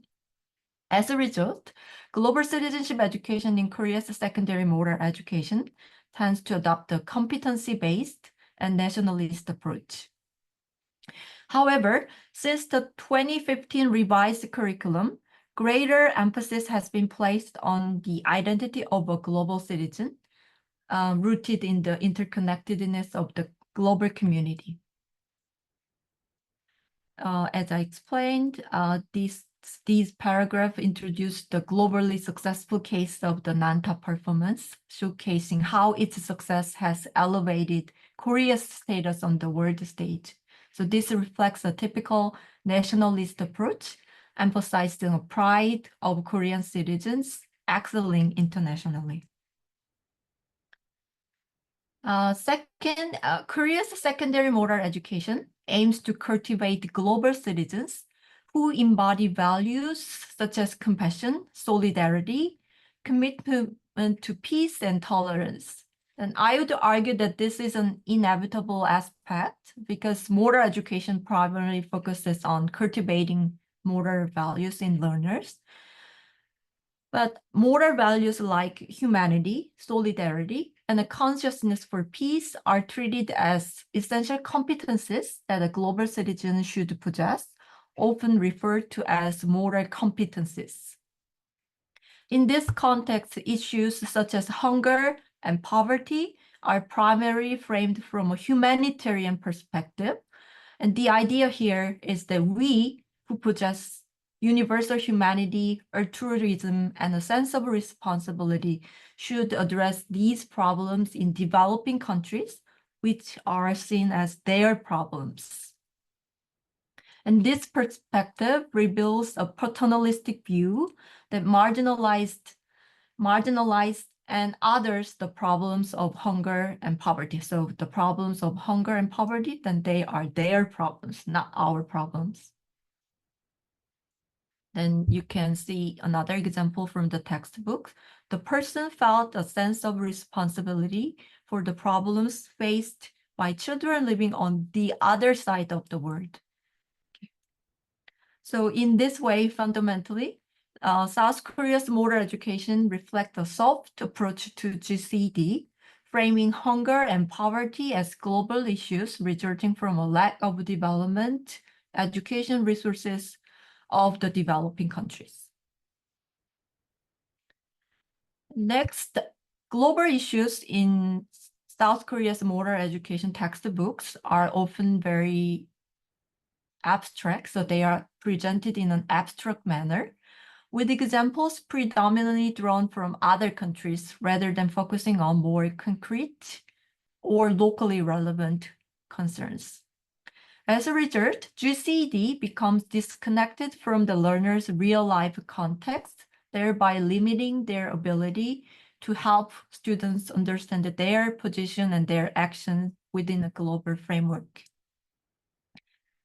Topics such as poverty, hunger, environmental problems, violence, and war are often otherized, portrayed primarily as problems occurring elsewhere.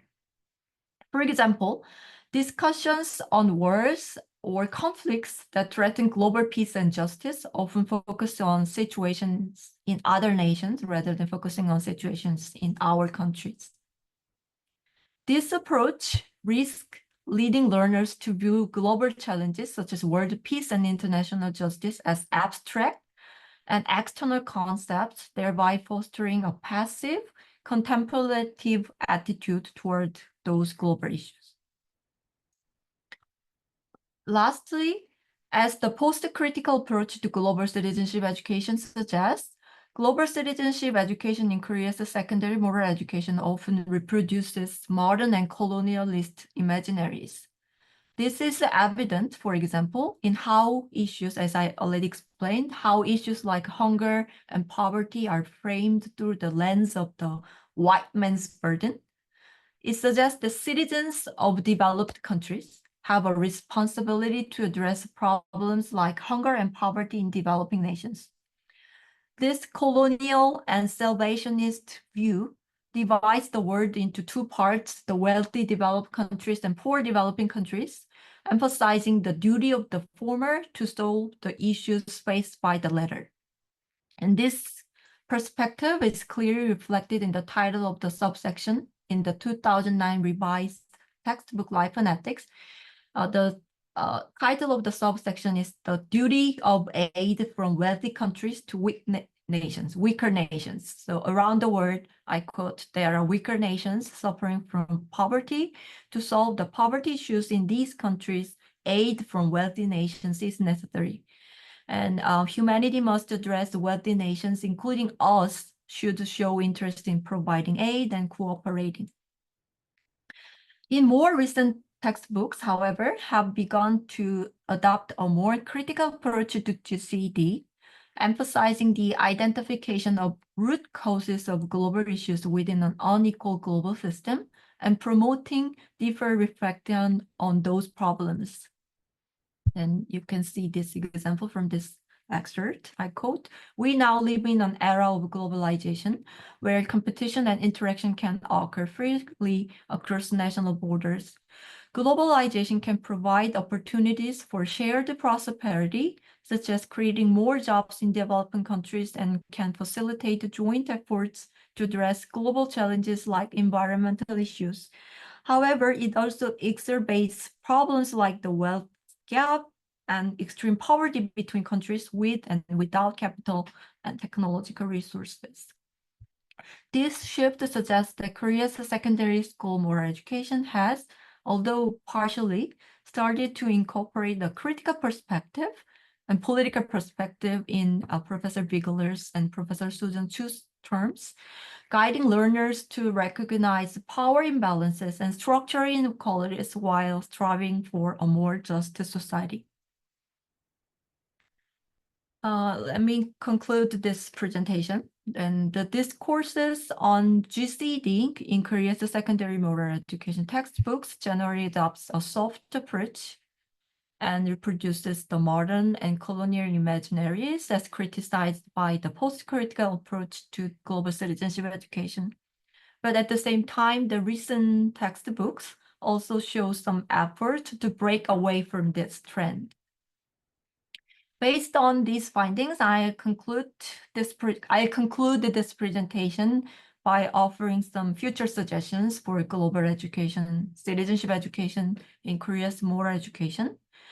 So first, Korea's moral education needs to more actively incorporate the political, social political, critical, transformative approach to global citizenship education. And also when addressing global issues like climate change and pandemics, it is very important to provide examples that are more closely connected to the lives of Korean young people, rather than just providing them some detached, some examples happening elsewhere, happening in other countries.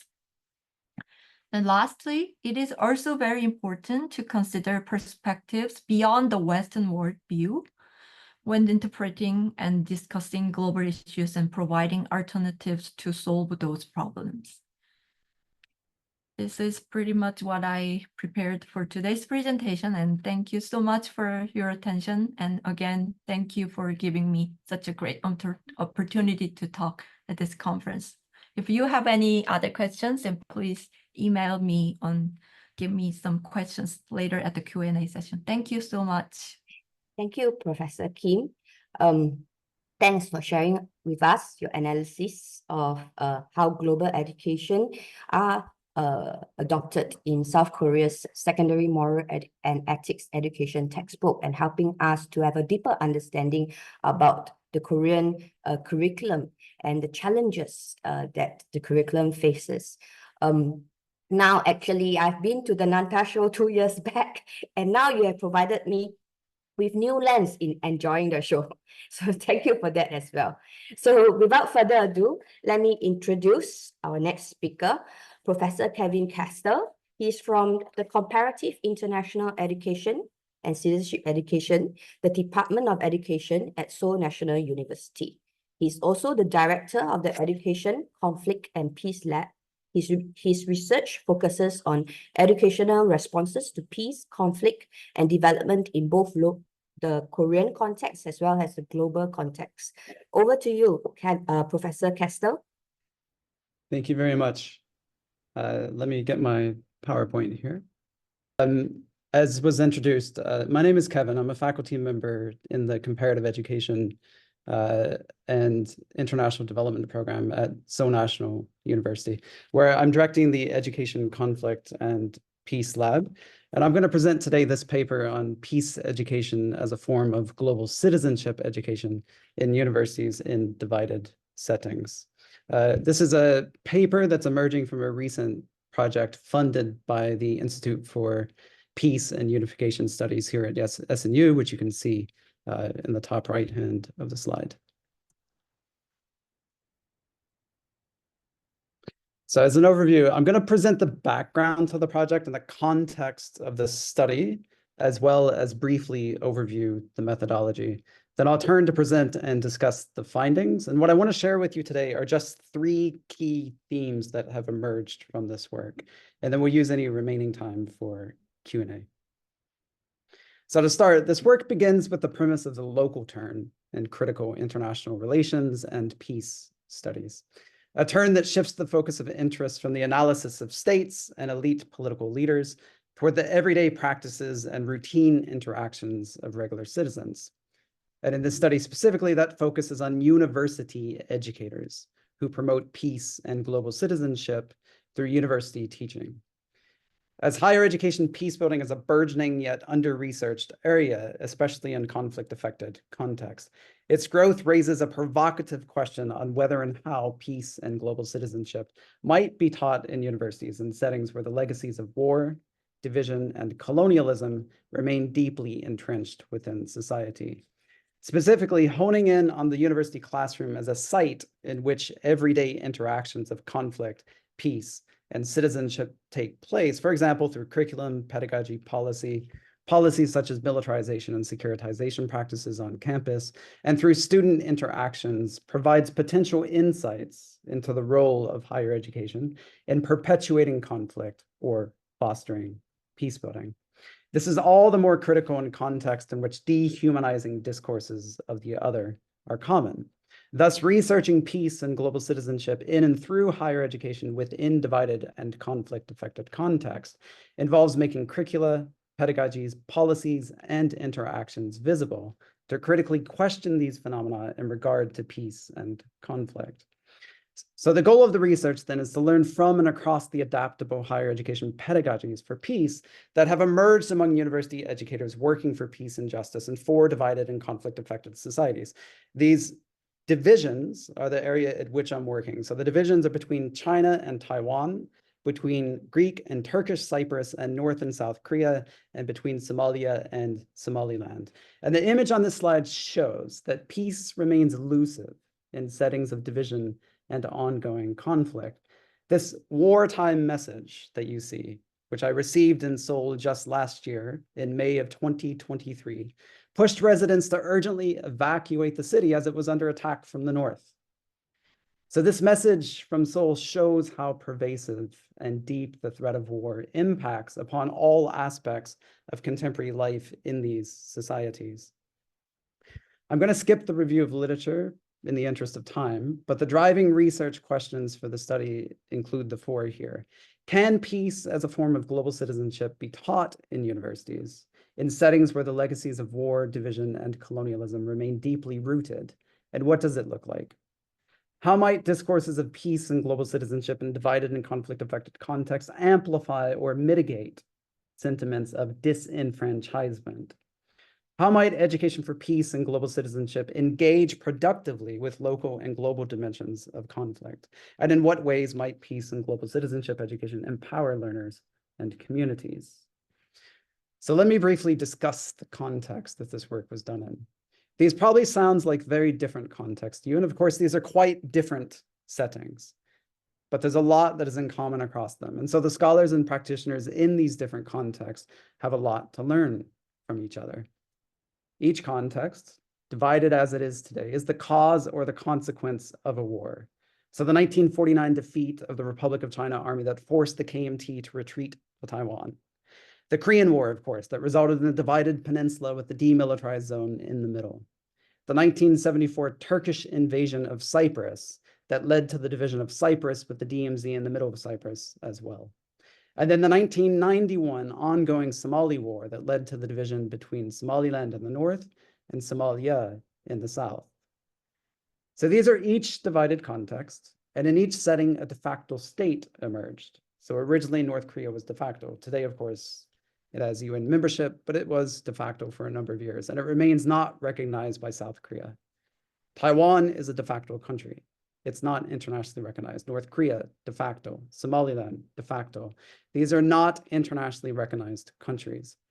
But although they lack international recognition, there are aspirations in each of these settings to achieve recognition, to achieve peace, and in some cases, even to achieve unification between both sides of the divide. So to answer the research questions, the research employed a qualitative comparative case study methodology with educators in the divided context. This involved ethnographic field visits to China and Taiwan, to Cyprus, and to Somalia and Somaliland for 8 months between July of 2023 to February of 2024, during which time I conducted field observations, document analysis, and interviews with 40 faculty at multiple universities in different regions of each context. And these are the participants: As you can see on the slide, 20 men and 20 women participated from across numerous social science disciplines, including anthropology, education, geography, history, international relations, sociology, and many others. So it really runs the gamut of the social sciences. And the age range is from as young as 30 up to as old as 88.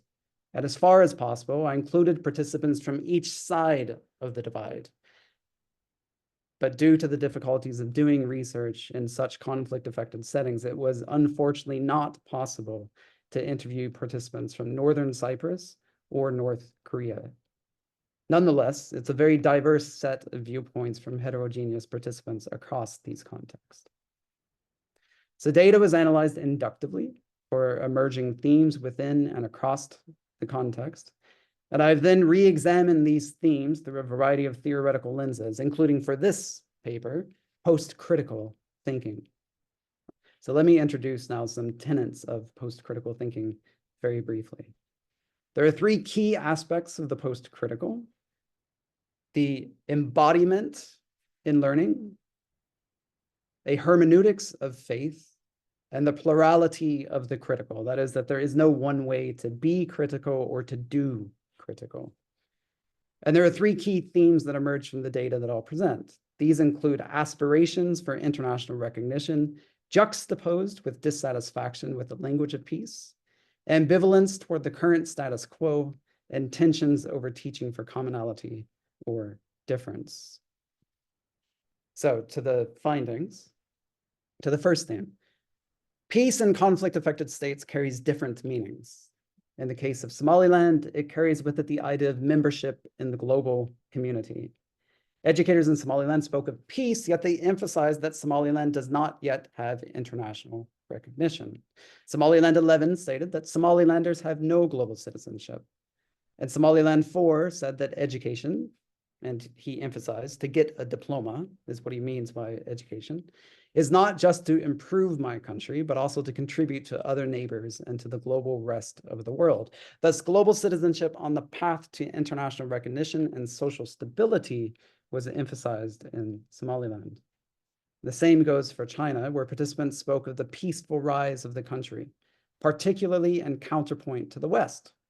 Here, peace means a different path toward development, one premised for Chinese participants on the equanimous ascent of China. For instance, China-Taiwan 1 said, China is quite big. Not only big for the territory, but also the big population. When a big country is rising, there happens to be a lot of conflict, sometimes war. But I think a good education should be connected or related to peace. And China-Taiwan 2 similarly stated, we have this awareness to take nonviolent approaches to interact with conflicting parties. So if we can do this starting from the people's level and then go to the diplomatic level, I think we can have better ways to handle conflict. Thus, the Chinese participants accentuated their efforts to teach for peace and nonviolence in regard to both domestic and international affairs. But in Taiwan, educators were skeptical of the concept of peace. China-Taiwan 6 was especially dubious of the word, and he stated, conflict is actually kind of a necessary process. So if peace is defined as the opposite of conflict, I would say that such peace will always be superficial. When peace is defined as the opposite of war, like especially when it comes to geopolitical conflict, I think it really depends on what you mean by peace. Because like Taiwan, we are facing an existential threat from China. China just wants to annex Taiwan. Everyone wants peace, but you want peace by actually surrendering. So for China-Taiwan 6, peace refers to autonomy and justice. This was further evidenced in his syllabus, where he emphasized active citizenship in a process of permanent revolution and transformations in which contention and cooperation coexist. The second theme that emerged was ambivalence toward the status quo. Participants from Cyprus spoke about the hard work that's involved in promoting peace on the island, in contrast to negative peace. That is, maintaining the status quo, referring to the relative peace established after the 2003 opening of the Green Line. The Green Line is analogous to Korea's DMZ. So this allowed for Greek and Turkish Cypriots to move back and forth across the island to interact with each other and further mutual understanding. And here Cyprus 7 argued, I think what needs to be done at this time is to sort of destabilize the idea that this is how the situation is, and this is how it will remain. So sort of destabilizing the idea of the status quo. And Cyprus 4 stated, it's a choice. Either you keep quiet and the status quo gets by, or you make an intervention. And that was my position, to take action as an academic, as a social and political citizen living in a divided and frustrated conflict. She took action to promote mutual understanding between Greek and Turkish Cypriots and between Greeks and Turkish more broadly. Yet others saw things differently. Cyprus 2 pointed out that change is scary. People feel uncertain if we start to talk about, oh, what if we create a two-state solution? What if we open up the border and let people go back and forth? So sometimes it's easier not to do anything. Hence, Cyprus, like the cross-strait context of China and Taiwan, requires a kind of strategic ambiguity in regard to peace and coexistence, where discussions of recognition and potential reunification are handled delicately in and beyond the classroom. In this regard, the maintenance of the status quo may at times be seen as a form of positive peace building rather than negative peace, because necessary action is going into maintaining a frail and complicated peace. Indeed, I would suggest that this points to a limitation of a rigid negative and positive peace binary in peace studies, which, as I would discuss later, post-critical pedagogy offers an alternative. Here, China Taiwan 8 shared a story of how her students practice strategic ambiguity and ambivalence to the status quo in their interpersonal relations. She explained that they strategically navigate ambiguous national identities, that is, being Chinese or being Taiwanese, by redirecting attention away from national markers toward their local identity. And she stated, the younger generation is more open. If you ask any student, who are you? They might say, I'm a person living in Taipei. He won't say, I'm a Chinese, I'm a Taiwanese. They don't talk about the nation level identity. They just belong to the local. So when the students introduce themselves, they say, I'm from Kaohsiung. They say their identity is a city. I think it's more healthy.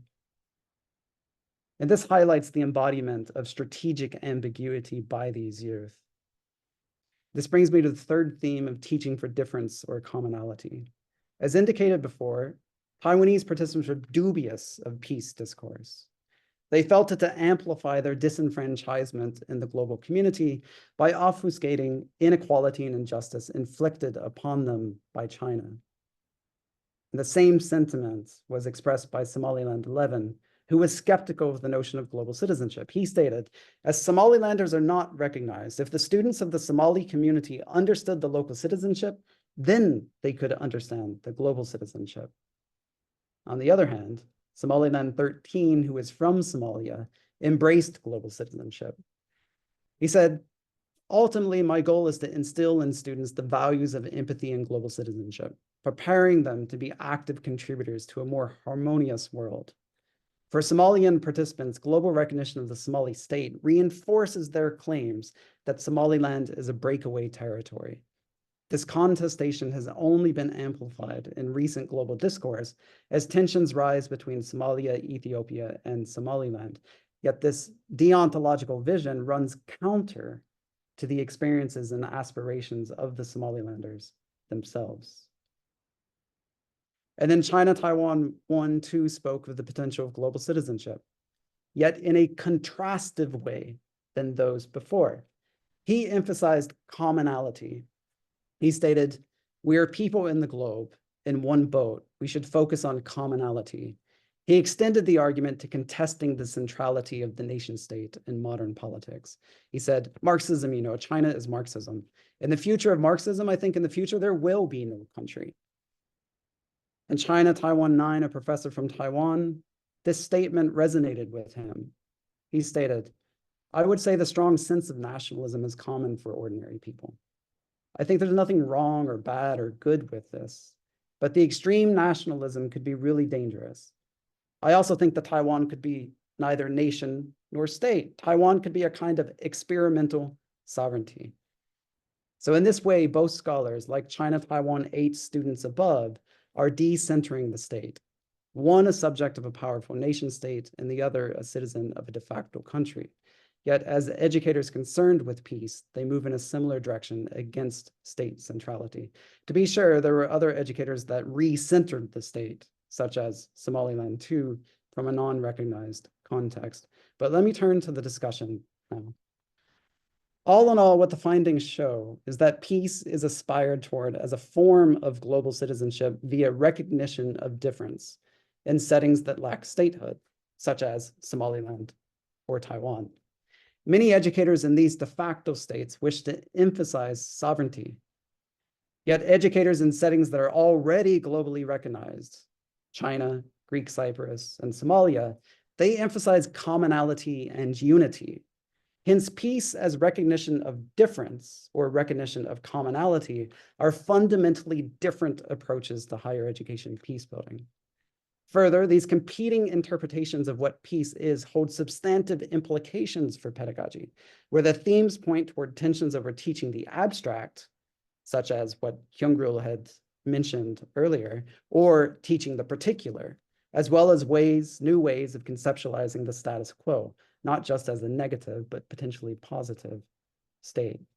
And not surprisingly, these tensions over legitimate or illegitimate recognition and teaching for commonality of difference are deeply effective, pointing to the primacy of the post-critical, ontological, and emotional aspects of peace building and conflict zones, where educators on both sides of the divide argued passionately for their position and against the others. Here, leaning into the post-critical means acknowledging and working with these emotions and this discomfort through engaging feelings, the visceral embodiment and reproduction of the conflict within ourselves and within our communities. The implication is clear, that the subjective construction of knowledge is an important starting point for a new way of knowing and relating to others. This relates to the first point of the post-critical, a return to the effective and embodied in learning. Now, the second aspect of the post-critical is related to a hermeneutics of faith. This means trusting the wisdom of learners and communities to address their own conflicts in context-relevant ways without imposition from outside, the paternalism that Hyung-Ryul was speaking of. Yet outsiders can certainly support and work with communities towards social change. That is, we should not start from the standpoint that learners and communities are ignorant of the social problems that plague them and that they need to be saved in the tradition of critical theory to presume to know what is really going on from behind the scenes. Nor should we assume some sort of rigid epistemic insider-outsiderness that prevents solidarity and collaboration. Thus, this post-critical approach, it's humble. It's uncertain even, but it is committed to positive peace. It's committed to working together to build new paths.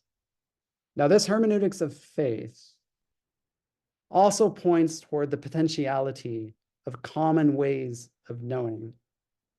But to be sure, there are two types of pedagogical commonality here that need to be distinguished, as their distinctions matter. The first is a priori commonality, the type perhaps expressed in China Taiwan 1's and Somaliland 13's comments toward Taiwan and Somaliland. That is, commonality as a way of conveniently obscuring differences.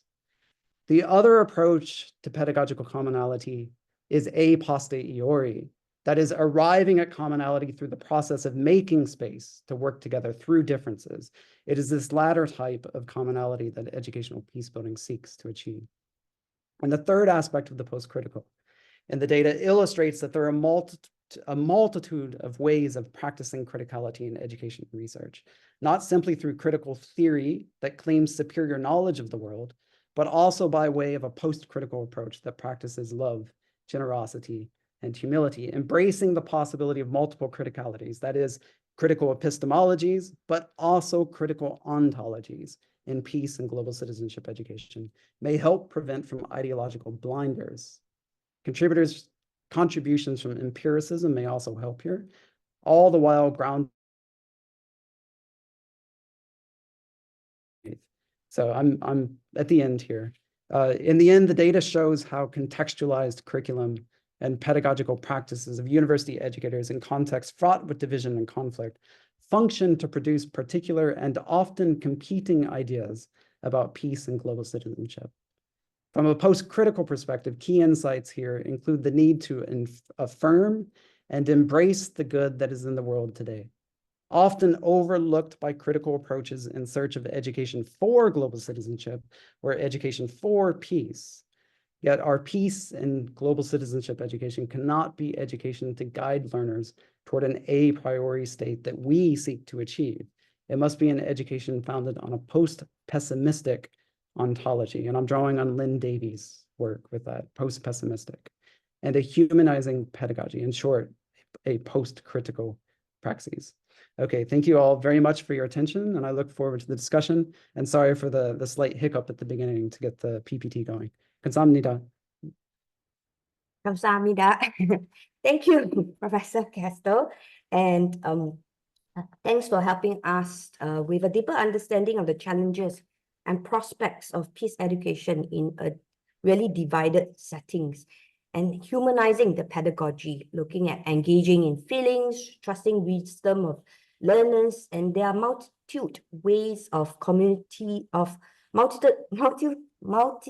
ways of actually practicing criticality in both education and research. Without further ado, let's move on to the question and answer. So as a reminder, we encourage everyone here to please post your questions using the Q&A function, or you could just post your question directly by unmuting yourself. Thank you so much. Over to all of you here for your questions. Maybe I can ask a question. Thank you to Professor Kim and Professor Kester. I really enjoyed your presentations, especially the concept of post-critical. Because interestingly, I just wrote an article on this for a journal, Globalisation, Societies and Education. In my article, I talked about post-critical criticism from the theory of from post-colonial theory, especially Edward Said. Okay, so one question I have for Professor Kim is, you talked about the need to shift away from weak, the Andreotti soft GCE to a critical GCE. But I'm just wondering about this idea of the post-critical. Not so much critical GCE, but what would post-critical GCE look like in the curriculum? And whether you had thoughts on specifically, you know, what would you like to see in the curriculum that would reflect the post-critical rather than just the critical? And then to Professor Kester, this hermeneutics of faith is quite interesting. It's an interesting idea, but I'm also thinking about this phenomenon that we are facing right now in the 21st century as a phenomenon called neo-tribalism. Neo-tribalism is where we are seeing young people finding their identities in tribal groups, usually due to social justice movements. So for example, this could be LGBTQ, it could be race, it could be gender, it could be, you know, but basically they find their affiliation in certain tribal communities. And some of this has become very aggressive, meaning if you are not part of that group, you are an outsider.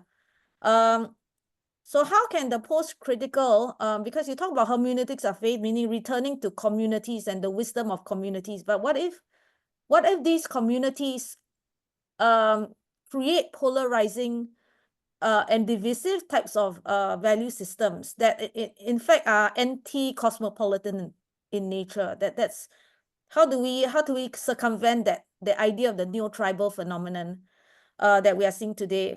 And also, I think another important aspect of post-critical is that Edward Said talks about is that we need to actually be very reflexive about our critical methodologies. Because the thing is, sometimes we utilize critical methodologies, but we don't reflect on the ideology and the history that informs where this critical methodology comes from, and then we impose it on other cultures and say that these cultures have to adopt these particular critical methodologies. So how can we also, in our post-critical work, emphasize that idea of reflexivity, reflecting on the methodologies and the techniques of criticality that we are using? I hope that makes sense. Yeah.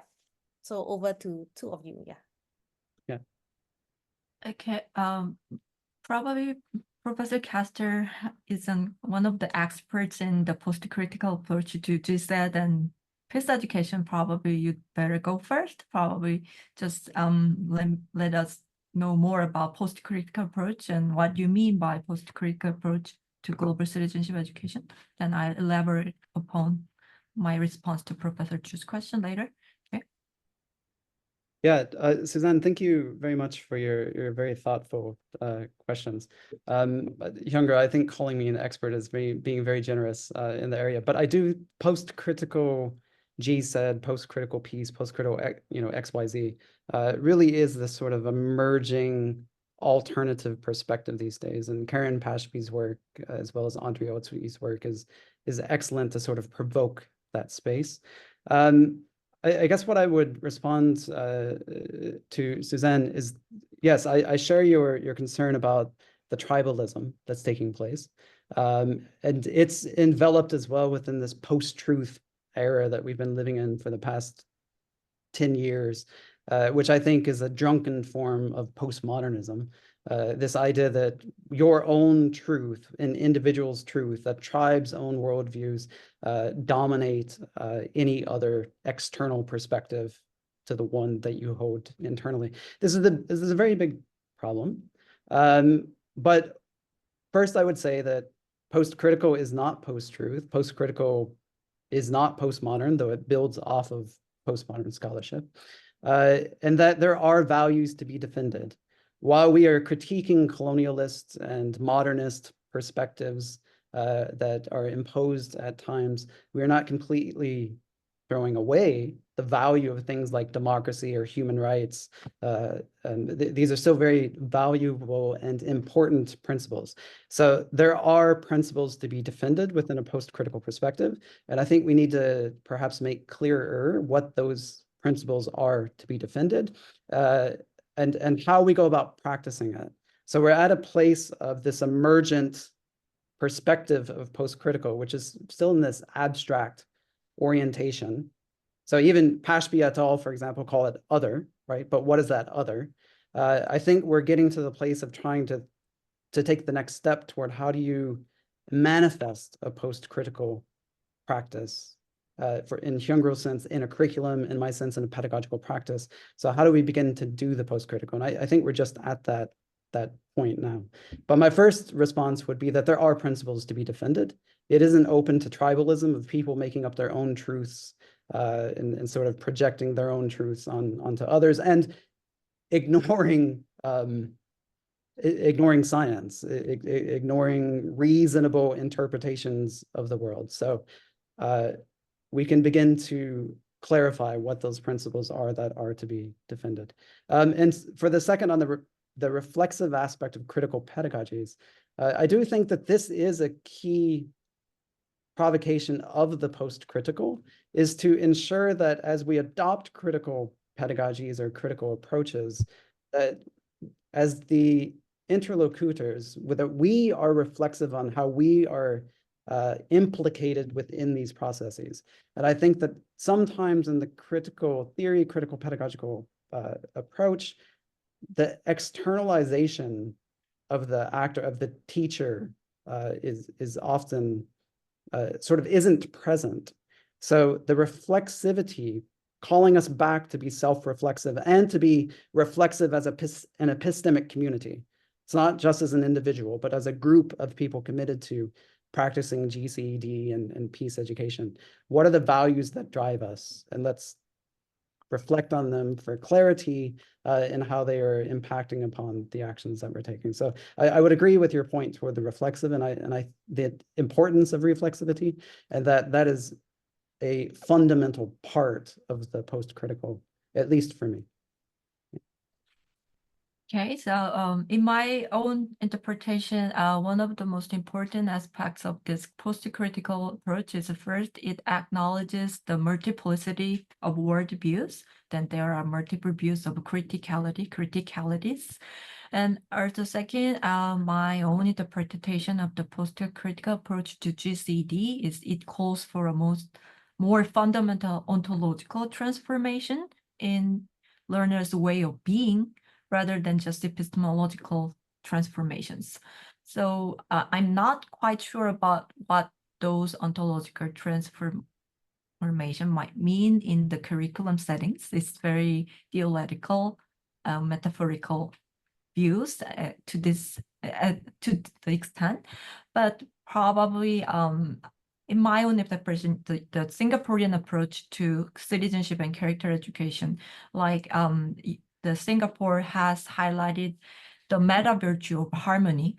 And by highlighting that meta virtue, it goes beyond the Western worldviews of and the Western ways of defining the existence. So we exist because we think. That's the typical rational and Western way of defining the self. But by highlighting the meta virtue of harmony, my existence is defined in close connection with others, the community, and the broader world. So probably that's one possible way of defining the self and individuals in a totally different, the way that is totally different from the Western worldview. So probably by highlighting the meta virtue of harmony in moral and ethics education, for example, then that might just transcend the Western worldviews of the self and the individual. And that's, I think, one possibility.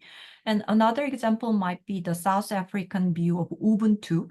Then that's also a totally and qualitatively different way of defining the self. So existence and the way of being. So yeah, probably that's my interpretation of the post-critical approach to GCD and more broadly speaking, education in general.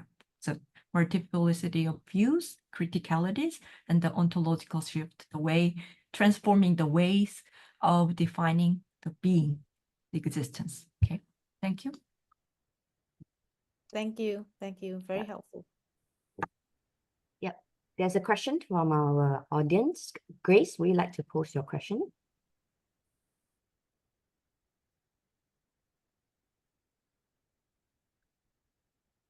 Are you able to unmute yourself? Oh, no. Let me help you to do that.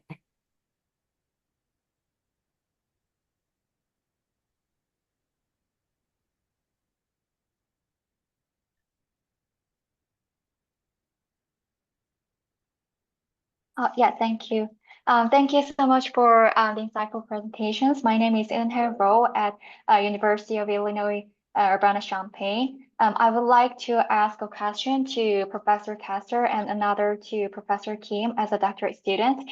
So first is actually my research focus is pretty similar to Professor Castor's presentation today, but your research primarily focuses on post-conflict areas or countries experiencing conflict like South Korea, China, Taiwan, and Somalia. So do you think peace education could be adapted and similarly valued in different types of countries, even those without ongoing conflict or post-war history? And if so, what kinds of implication peace education or the result of this research have in these types of countries? And my second question is for Professor Kim.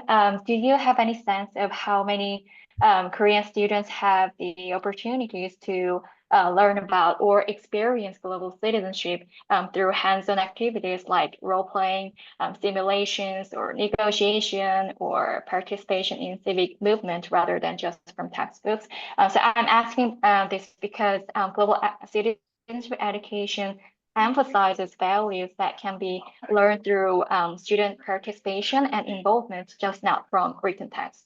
So I'm curious about how much textbooks, particularly the most recent curriculum, actually encourage students to engage in these kinds of activities in or outside the classroom. Thank you. Yeah. Hyungwoo, would you like to go first this time? Probably you to go first. Okay. Yeah. Happy to do so. Eunhye, thank you for your question. Yeah, the paper that I present today is in conflict settings. That's true. But much of the some of the post-critical scholarship I've written before was not oriented toward conflict settings, was more oriented toward toward those who are working and living within Korea or the United States, et cetera, et cetera. And part of that work was to, as Hyung-girl said before, to re-ontologize education.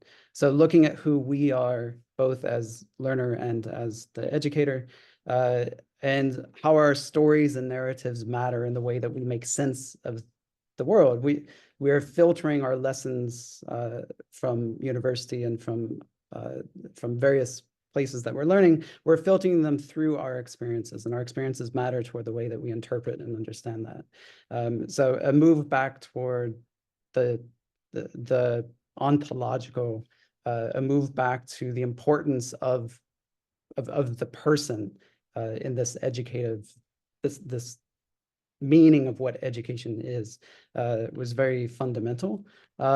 So in other words, I wouldn't say that the post-critical, although I present on those conflict-affected settings, it isn't limited to those settings. Now, what I think is different when you're doing it in a conflict setting versus, say, the United States, and before I go, I think we need to problematize what it means to be a conflict setting, because the US is very much a conflict setting if you're considering the extreme forms of gun violence that we have in schools in the United States. And the problem that we have from a Northern epistemological framework to label these Southern contexts as conflict affected, as though that's all that they are, is conflict affected. We have nothing else to gain from them but to go there and to solve their problems. So I think we need to problematize what that means to be conflict affected, and maybe not have such rigid boundaries between these conflict, post-conflict, stable settings, so to speak. But what I would say is important is that, of course, in those conflict settings that I spoke about today, violence is much more acute. The possibility of violence to erupt when there are disagreements is much stronger than it might be in the United States. And so this is important toward how we foster something like critical thinking, active democratic participation in society, agree to disagree, diversity, et cetera. They play out differently in those societies than they do in a place where there are other mechanisms at play to be able to help us resolve disagreements between groups. So in those conflict settings, it's much more toward what we call direct violence is what we're trying to address. But in the US, Korea, other settings, Canada, like this, we're looking at cultural and structural violence. So we're looking at epistemologies, ways of thinking, habits, attitudes, behaviors. We're looking at laws and policies that are exclusive and violent in different ways. So there's a lot of overlap, but some distinctions in terms of the particular type of violence that we're looking at and what that would mean for an ontological approach to education. In a conflict setting, it might very much be about security, the ontology of security, freedom from threat and fear. In a more post-conflict or stable context, it might be more toward critiquing and parsing apart problematic epistemologies that are exclusive and reproducing different forms of violence. So I hope that gives you a little bit to think about and is helpful in some way, Eunhye. But feel free as well to reach out if you have any other questions, and we can talk about it more via email. Thank you so much. Okay, thank you for your question. And I mostly talked about theoretical considerations, like how to re-ontoloze students in the global citizenship education settings, how to change their perspective so that they can go beyond Western world views epistemologically. But I think methodological considerations are also of importance in real life education settings, in secondary and elementary school settings. So probably incorporating student-centered learning in global citizenship education is also an important issue in South Korea. And that involves creating a safe learning environment that students can feel safe and students can actively participate, engage in critical thinking, and apply their life knowledge to real-world global issues.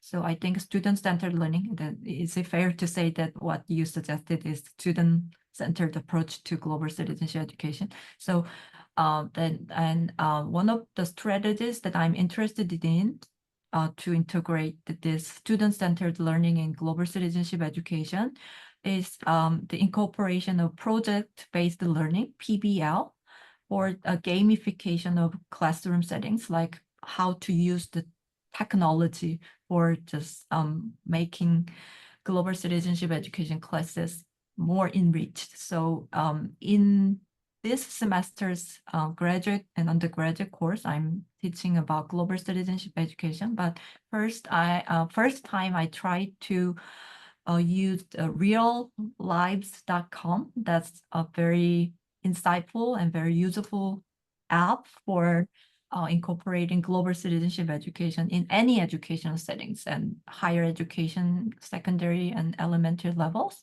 So probably using those technologies or using PBL and inquiry-based learning. So those strategies are also very important for global citizenship education methodologically for creating a learning environment where students can actively engage in critical thinking and collaborative thinking for promoting a just society.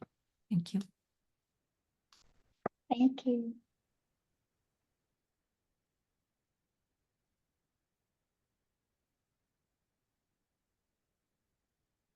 May, if there isn't another question, I'd like to expand on the response to Eun-hye.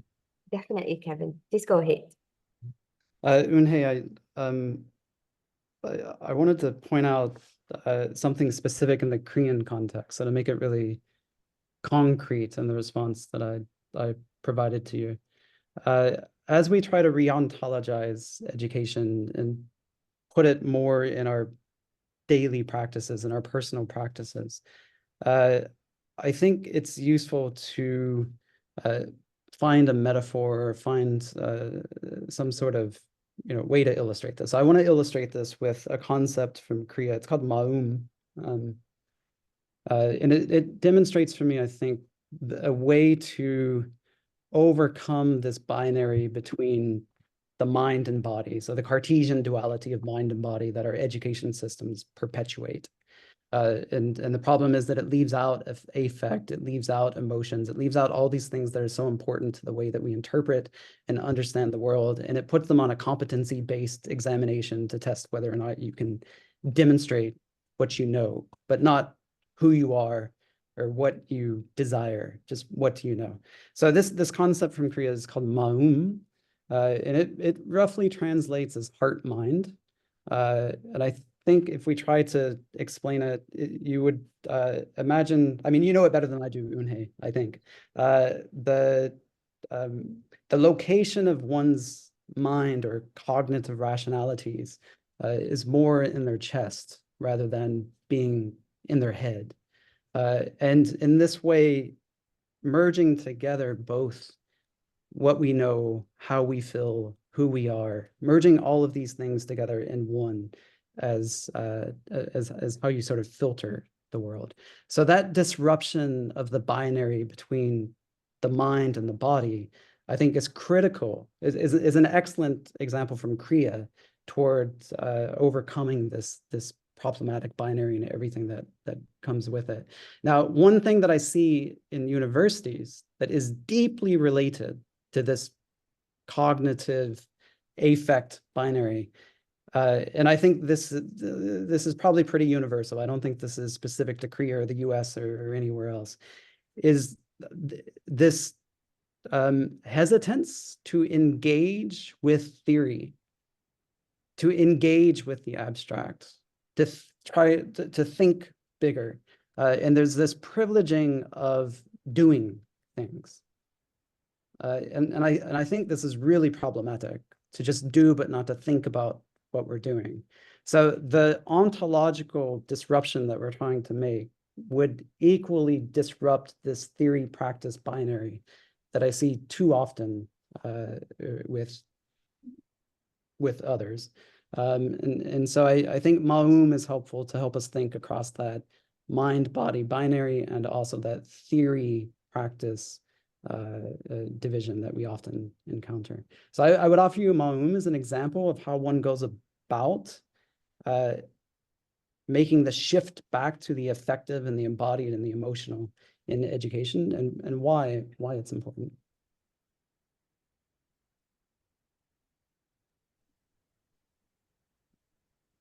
Yes, we have a question. Elaine, Yes, please.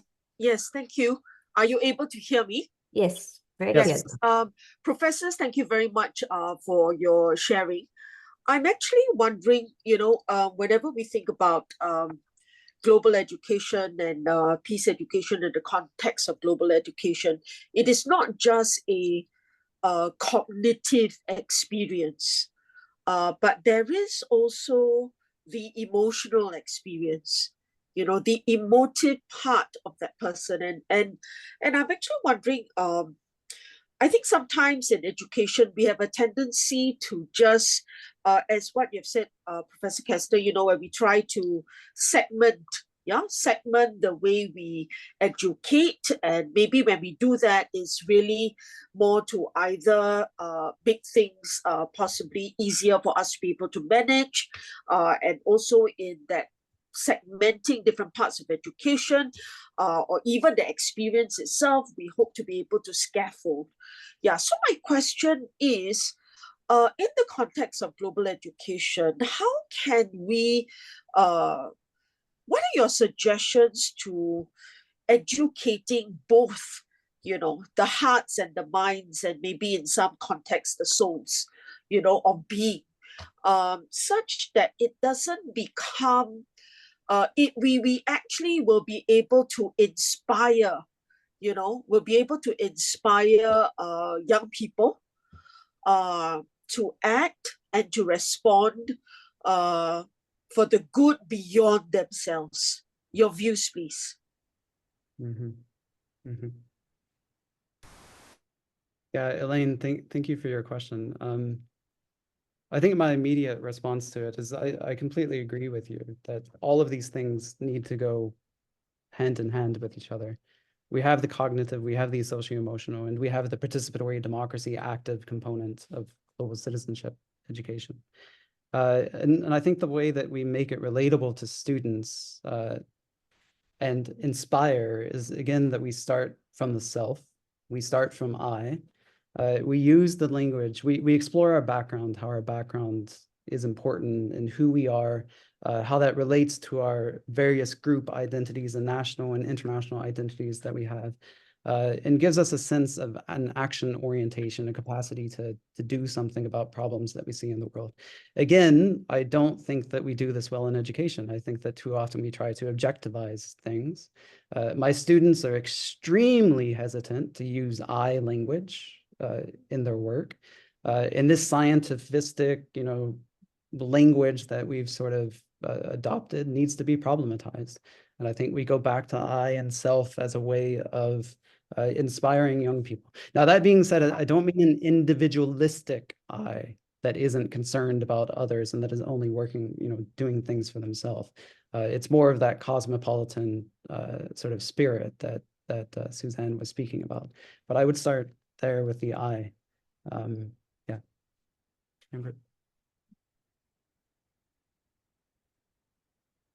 Just very brief response, and in my opinion, global citizenship itself takes a very holistic approach to education by just highlighting all aspects of students' development: intellectual, cognitive, emotional, social, creative, spiritual, critical, and everything. So I think global citizenship education, the idea of a global education, citizenship education, is to create a more balanced learning experience. It's a more harmonious approach to education that equips students with everything that goes beyond academic knowledge and goes beyond just individualistic self. So I think a global citizenship education is a very all-encompassing and holistic approach to education that can address the problems you just highlighted. Thank you. Thank you. Can I just make a quick comment? So just to thank so much Professor Kester and Professor Kim for the sharing. I think it's just amazingly important and wonderful. Prof. Kester, I think I like what you just said, because a lot of other disciplines that evolve in recent times also point to the important heart and mind interface.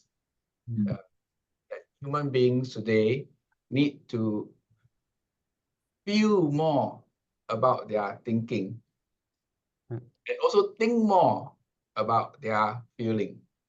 And they need to do this feeling more of their thinking and thinking more of their feeling in the context of listening to others and genuinely embracing and trying to understand and empathize what really are the perspectives of the different people. So I think the dialogue that we have had this afternoon is extremely important. I think Prof. Kim's sharing of what the Korea is doing is really very insightful. So I think my greatest hope is that we are able to therefore have real dialogue, and I think for human dialogue, especially even the young generation, where there's so much on the social media, because when something is so quick, so fast, you get a very biased view of things, right? Whereas when you have a conversation, then you begin to understand more clearly all of this perspective, and we discover so much to learn each time we converse, even in the academic exchange like this. So I just want to say thank you so very, very much. Yeah. Thank you very much. Thank you, everyone. Thanks for contributing to a very enriching dialogue that we have started on global citizenship education. And allow me to quote my favorite author. While we may come from different places and speaks in different tongues, our hearts beat as one. So let's go forth with our shared vision of a more connected and empathetic world. Thank you, everyone. See you again soon.